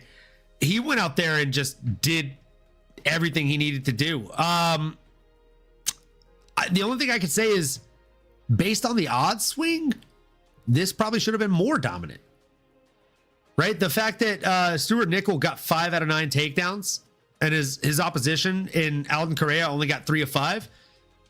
You shouldn't have lost on any stat points in this fight. Did you attempt 4 submissions to 0? Yes. Did you do that with around half the amount of takedowns? Yes. Noteworthy stuff. Did you outland him in significant strikes 44 to 28? Yes. Did you outland him in total strikes 60 to 32? Yes. Were you like a minus 1100 favorite? Yes. Should you have lost any of the stat thresholds? Fuck no. So this is another one of those fights where who said it earlier? Was it Lazy Bed? Yeah. Lazy Bed with this comment, like a bit of a stock drop for me on one fighter, right? Alden Coria is supposed to be the guy, and I still think that he could be, but he's got some learning to do, right? He's still young, he's still growing, and he's still coming into his own. Nickel was tenacious. I respected it. Coria felt complacent. This is the comment, bro. This is the comment of the fucking show right now, Tico. He felt so complacent. He felt like he was coasting and comfortable. He's like, oh yeah, everybody knows I'm going to win, so I'm just going to win. I'm just going to kind of win. Bare minimum effort. Like, when you're that big of a favorite, we want to see Deadpool, bro. We want to see maximum effort. We want to see you go out there and take chances, like a Sean O'Malley when he's a vast favorite over a fucking guy with green hair coming in to make his debut on short notice. We want to see you setting records when you're in that seat, not setting records for least output in a UFC fight in your career. That's fucking tough. So Alden Coria won the fight, but he lost the fucking war, right? He won the battle. He lost the war in this one. Am I still a fan? Yes. Will I still be watching? Yes. Will I be paying closer attention to Stuart Nickel as a result of this than him? Probably. That guy went in there as like a fucking plus 500 dog and made it competitive. That's not supposed to happen if you're plus anything over fucking 200. And he did it. So big fan of Stuart Nickel in this one. Shout out to your dad. He was right. Give himself a pat on the back on that parlay. But I was not impressed with Alden Coria. I thought that there were things that he could have done significantly better. And landing 41% of your significant strike clip inaccuracy is not good as anything over a minus 500 favorite, let alone minus over 1,000. That was tough. Nano, were you impressed? Were you let down? Or better yet, were you overwhelmed, underwhelmed, or were you just whelmed by the performance here? Yeah, it was definitely whelming. Definitely whelming. There were some exciting moments, but I think overall it was a nitty gritty win. He did just enough. Whether it was, like I said, winning the striking differential, throwing up some different attempts throughout. Thought he was close at one point, but landed the takedowns at a higher percentage, even though his opponent did take him down more often. Solid fight, but very whelmed, I would say, overall. And hey, W's a W. That's all that we're going to remember on the scorecards. And if you could continue to get a streak going, that's all that people will want to see when it comes to the matchmakers. So 13-3 record looks good for the Cobra with the win over Stuart Nickel, even though, again, it was kind of whelming for sure. Pip, what do you got, brother? No, I mean, I agree with both of you boys. I mean, definitely a lot closer fight than I was expecting or than it should have been, but Alden was able to get the unanimous decision win. I mean, he did use every aspect of his game to win this fight. He showed good grappling. He just pretty much won the fight based off of his boxing. He was able to keep that jab in Nichols' face, backed him up against the cage. Definitely had a little bit of an output problem, as you mentioned, and I really figured Alden was gonna, double up his punches when he had Nicole against the cage. But he kept enough pressure and precision to kind of keep Nicole hesitant. And Alden was able to kind of capitalize on the feints from Nicole. Stewart was constantly fading the takedowns. Alden was able to clip him with nasty uppercuts early in the fight. And not to mention, I mean, Stewart did have success. I mean, he was able to land some good low kicks. He found a few overhands. He landed multiple takedowns. But Alden just had good scrambles. He was able to work his way back to the cage, switch positions, flow really well. He almost got that Darce choke wrapped up too. I think Alden's grappling actually somewhat impressed me with the fight because I thought the only way Alden was really winning this fight was going to be on the feet. I mean, Stewart's such a good grappler, and Alden was able to have moments. He was able to scramble and reverse positions, but overall, it was a pretty clear-cut decision. Alden just seemed to be better everywhere the fight went. I mean, better boxing, better grappling. Definitely needs to work on the takedown defense, but still a decent fight nonetheless. But I mean, as far for what's next for Alden, I mean, Alan Nascimento, I think it'd be a fun fight, or even a Tagir Ulanbekov. But Uncle Olin, is there any names on the tip of your tongue for this guy? Oh man, when it comes to Alden Coria in the flyweight division, I don't want to see him get pole vaulted too high because again, like this is not the light heavyweight division, but he is already sitting at number 25 in the Tapology rankings. I'd like to see him fight somebody like a Bruno Bulldog Silva coming off 2 back-to-back losses. I just think that from a meritocracy standpoint, him being at number 18, coming off of those 2 back-to-back losses makes a lot of sense. Outside of that, I mean, if we want to keep it super close, I don't think this is great for Alden Correa's career, but he didn't overwhelm us and impress us. He just kind of whelmed us. So with a whelming performance, you probably get somebody like Alan Nascimento, right? I don't think that they've fought. Let me double check here. They have not fought. Yeah. Alan Nascimento, I think, makes a lot of sense. Alan versus Alden. Loser changes their name to Jake. I like it. If anyone else, I mean, Imanol, maybe Rodriguez. I know he was. Imanol's fun. Maybe they throw him on the Mexico card, the Noche in September. But you guys said some good names as well. I think anyone's solid. That's actually a fight that would kind of showcase his boxing though a little bit for both guys. Whoever wins that fight. I was gonna say if Imanol wins, it does a lot more for his stock. But again, Imanol has the tough audience watching him, which is a different subset of audience watching. It's good for both guys' careers. I think that's a solid meritocracy standpoint fight and marketing fight. Speaking of solid fights, let's talk about one that wasn't. Let's talk about RJ Harris versus Alvin Hines. Not a solid fight, but a solid fucking win. Am I right, boys? One guy showed up a year off steroids and looking like he was there to simply collect a paycheck.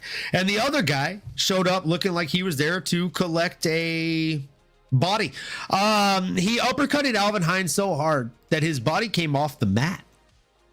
Like, I can recall, not even vaguely, I can recall the last time I saw that happen, and it was with a right hand from Carlos Prates against Leon Edwards. My dad pointed it out. He's like, holy shit, did you see that?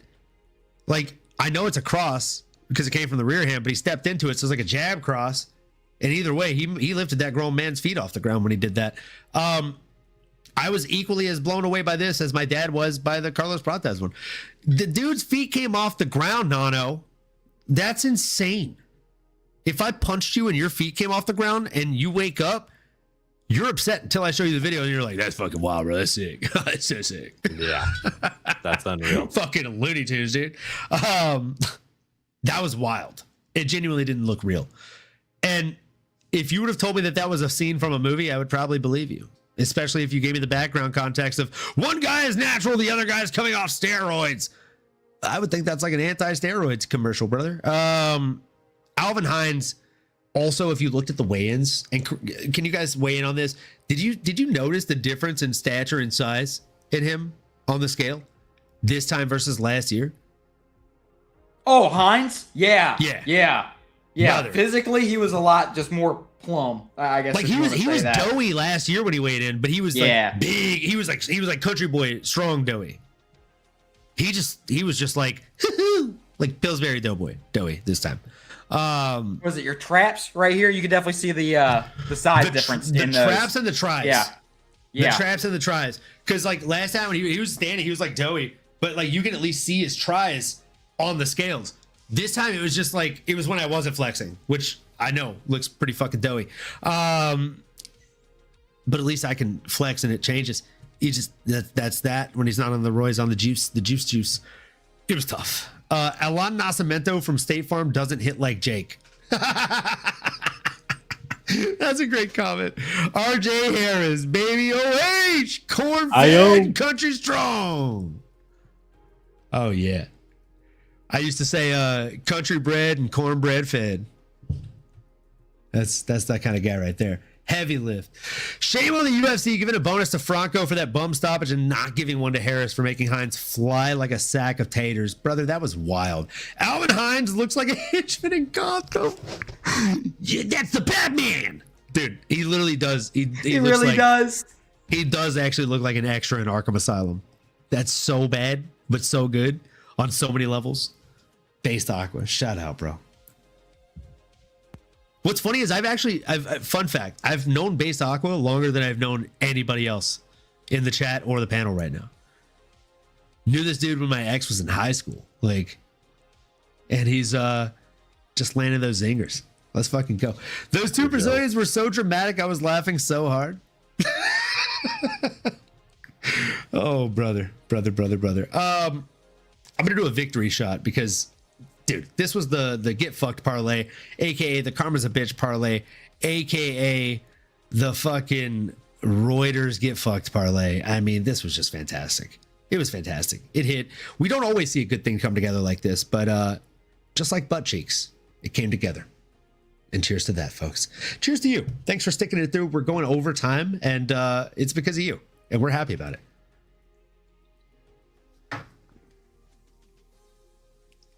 With that, I'm going to go to Pip first, take some of this meat off the bone. RJ Harris.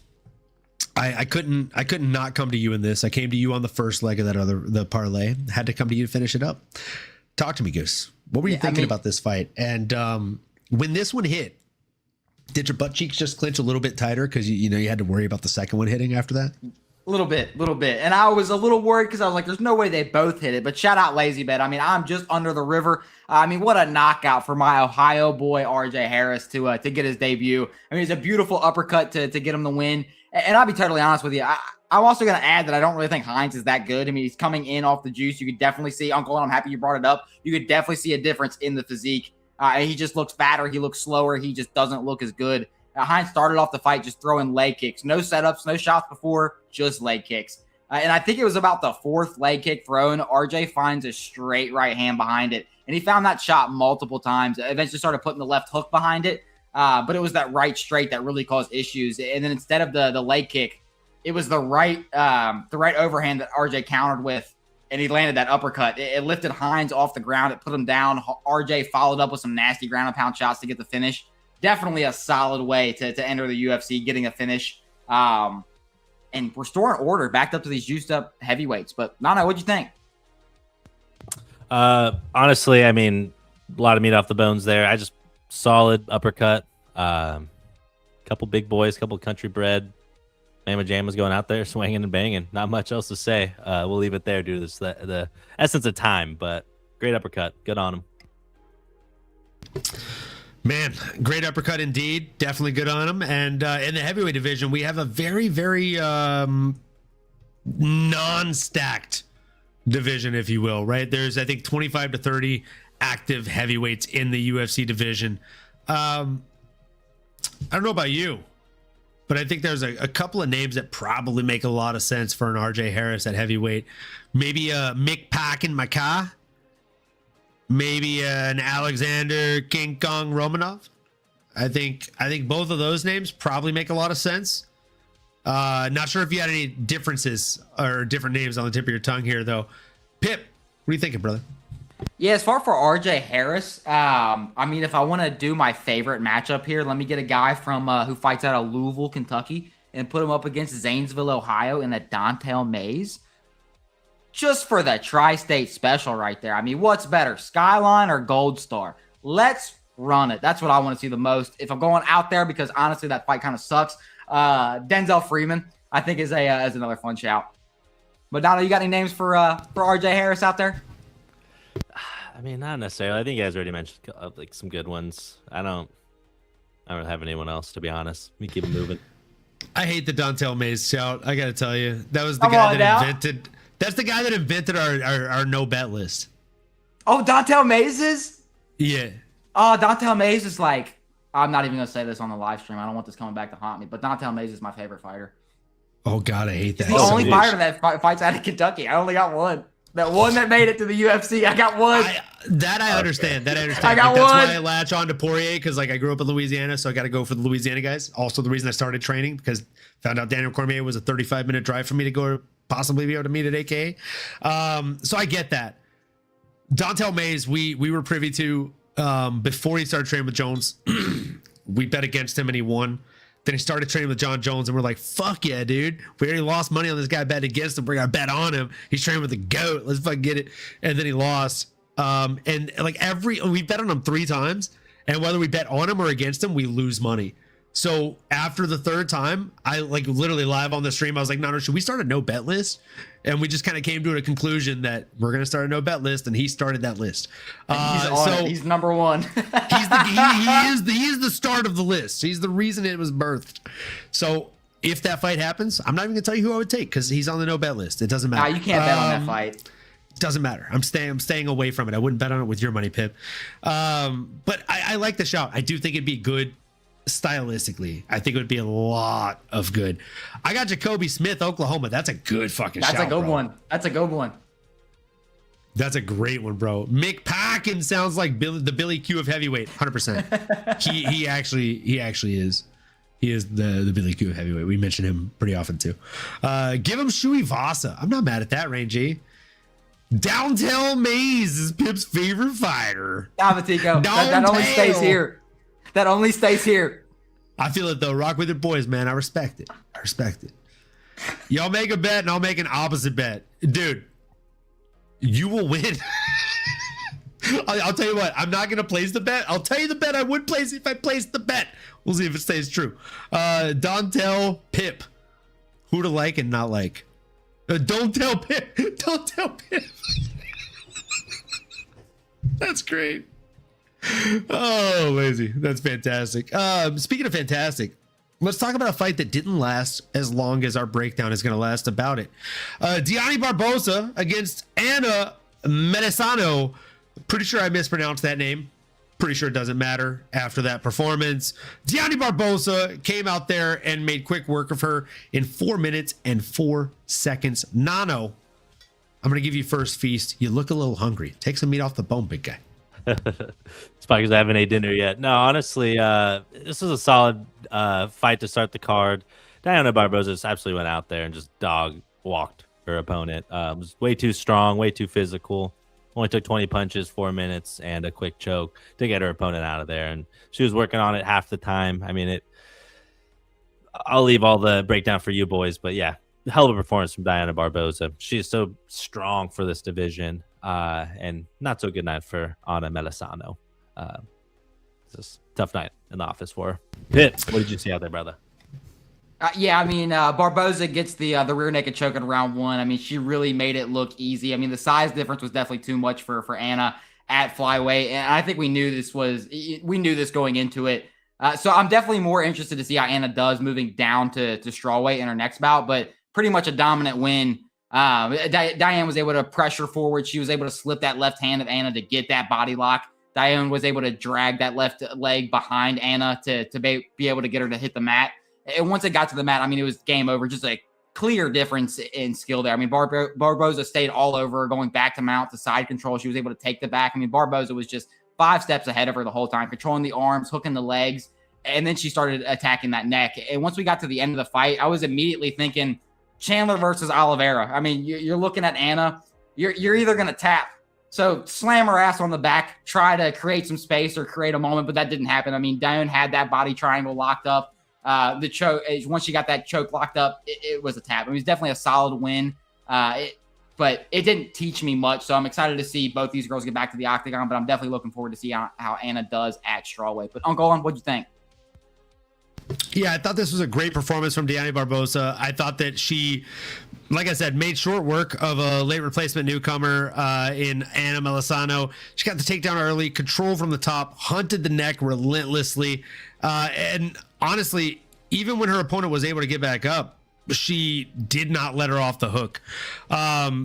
She was able to get what looked like a kind of, standing rear naked choke in there to an extent. Like, it was nasty work. Dione Barbosa is definitely that fucking girl. And the women are crushing it this year, as the City Life Project says. Dude, Sterling is just not happy about this, right? We know how he feels about WMMA. And I feel like they've been having a really good showing this year. He might have to come correct. He might have to change that tone a little bit, if you know what I'm saying, brother. You know what I'm saying? He might have to change that tone. But I digress. As far as for the performance, I think it was a 10 out of 10. She couldn't have done any better. 75.9% accuracy on her total strikes, 71.4% on her significant strikes, 50% on her takedown accuracy, and 50% on her submission attempts too, considering she only attempted 2 and got it out of there in the second. Great performance for her. Pip, who do you have on the tip of your tongue as for what's next for this young lady? Yeah, I mean, for Barbosa, I mean, Edra Mora, I think it'd be a fun fight, or even the winner of a JJ Aldrich versus Regina Tarin. Yeah, both are solid. Maybe Casey O'Neill as well, if you want to throw another one in there. Ooh, Casey O'Neill is not a bad shout at all, brother. I like that fight a lot. I really like the cast iron Casey. I think that'd be a really fun shout. Outside of that, I mean, it's tough. Where is Casey actually ranked right now? Yeah, she's number 13. Maybe Karine Silva as well would be a good shout. Solid little kickboxer with decent grappling in BJJ. I think Dione Barbosa would probably get the better of her, but at the same time, it's tough to say. They haven't fought, have they? Oh no, they have fought. She beat Dione Barbosa last year in August. So not that one. Not that one. Yeah. Give her King Casey or Tracy Cortez, in my opinion. Tracy's on a bit of a skid. I think that's a fun fight. But the King Casey one is calling my name. That one makes the most sense. And look, with that, we're going to go through these last 3 chats, and then we're going to call it a show. Dude, the Stiller Delphine fight in Tough was so sick. All right. This is my sign. I need to catch up on Tough. I haven't watched Tough in forever. Not forever, just this season. They haven't been doing a good job of they haven't done a great job of promoting it, right? So I just need to check it out though. I feel like I've heard nothing but good things about it. Dione lucked out with Veronica Hardy falling out of this fight. The BJJ exchanges would have been much more competitive. I would have picked Veronica Hardy as a dog to win that fight. And better yet, why don't we just all agree on that? We just reschedule the Veronica Hardy fight. Yeah. I think that's probably a better fight than any of us said right now. Like, no disrespect to you guys, it's better than the names I said. True. Isha City Life, let's go, brother. All right, folks, with that, we are done. We'll see you tomorrow. We'll be back here again, same time, same place, probably, maybe 30 minutes earlier, maybe 30 minutes later. Who knows? We'll see. Either way, if you have the notifications turned on, you'll already know. You'll be ahead of the game, folks. You'll already have that head start, and we'll be here to break down the next fight card for you. So we hope you cashed in this week. We did. But we hope you cash in even more. And we hope you've had a great time tuning in with us for the last over 2.5 hours. This might be one of the longest shows we've done outside of a live watch along, and it's because of you being so alert and active in the chat. Thank you for being here. Thank you so much. Like, comment, subscribe, smash that bell for notifications. You know the fucking drill. And if you don't do any of those, that's fine too. As long as you do the next 2 things, all that we really ask is that you keep on going and that you keep on growing. And we really hope we see you next time. Let's fuck. You've been listening to the MMAnomaly Show. No filter. Our passion is to dive deep into the upcoming fights, give you our expert breakdowns, and help you make sense of all the chaos that is the fight game. We hope you've enjoyed the show. If you did, make sure to like, rate, and review. We'll be back soon, but in the meantime, make sure to find us on YouTube, Twitter, Instagram, and Twitch at MMAnomaly. Be cool, and we'll see you next time.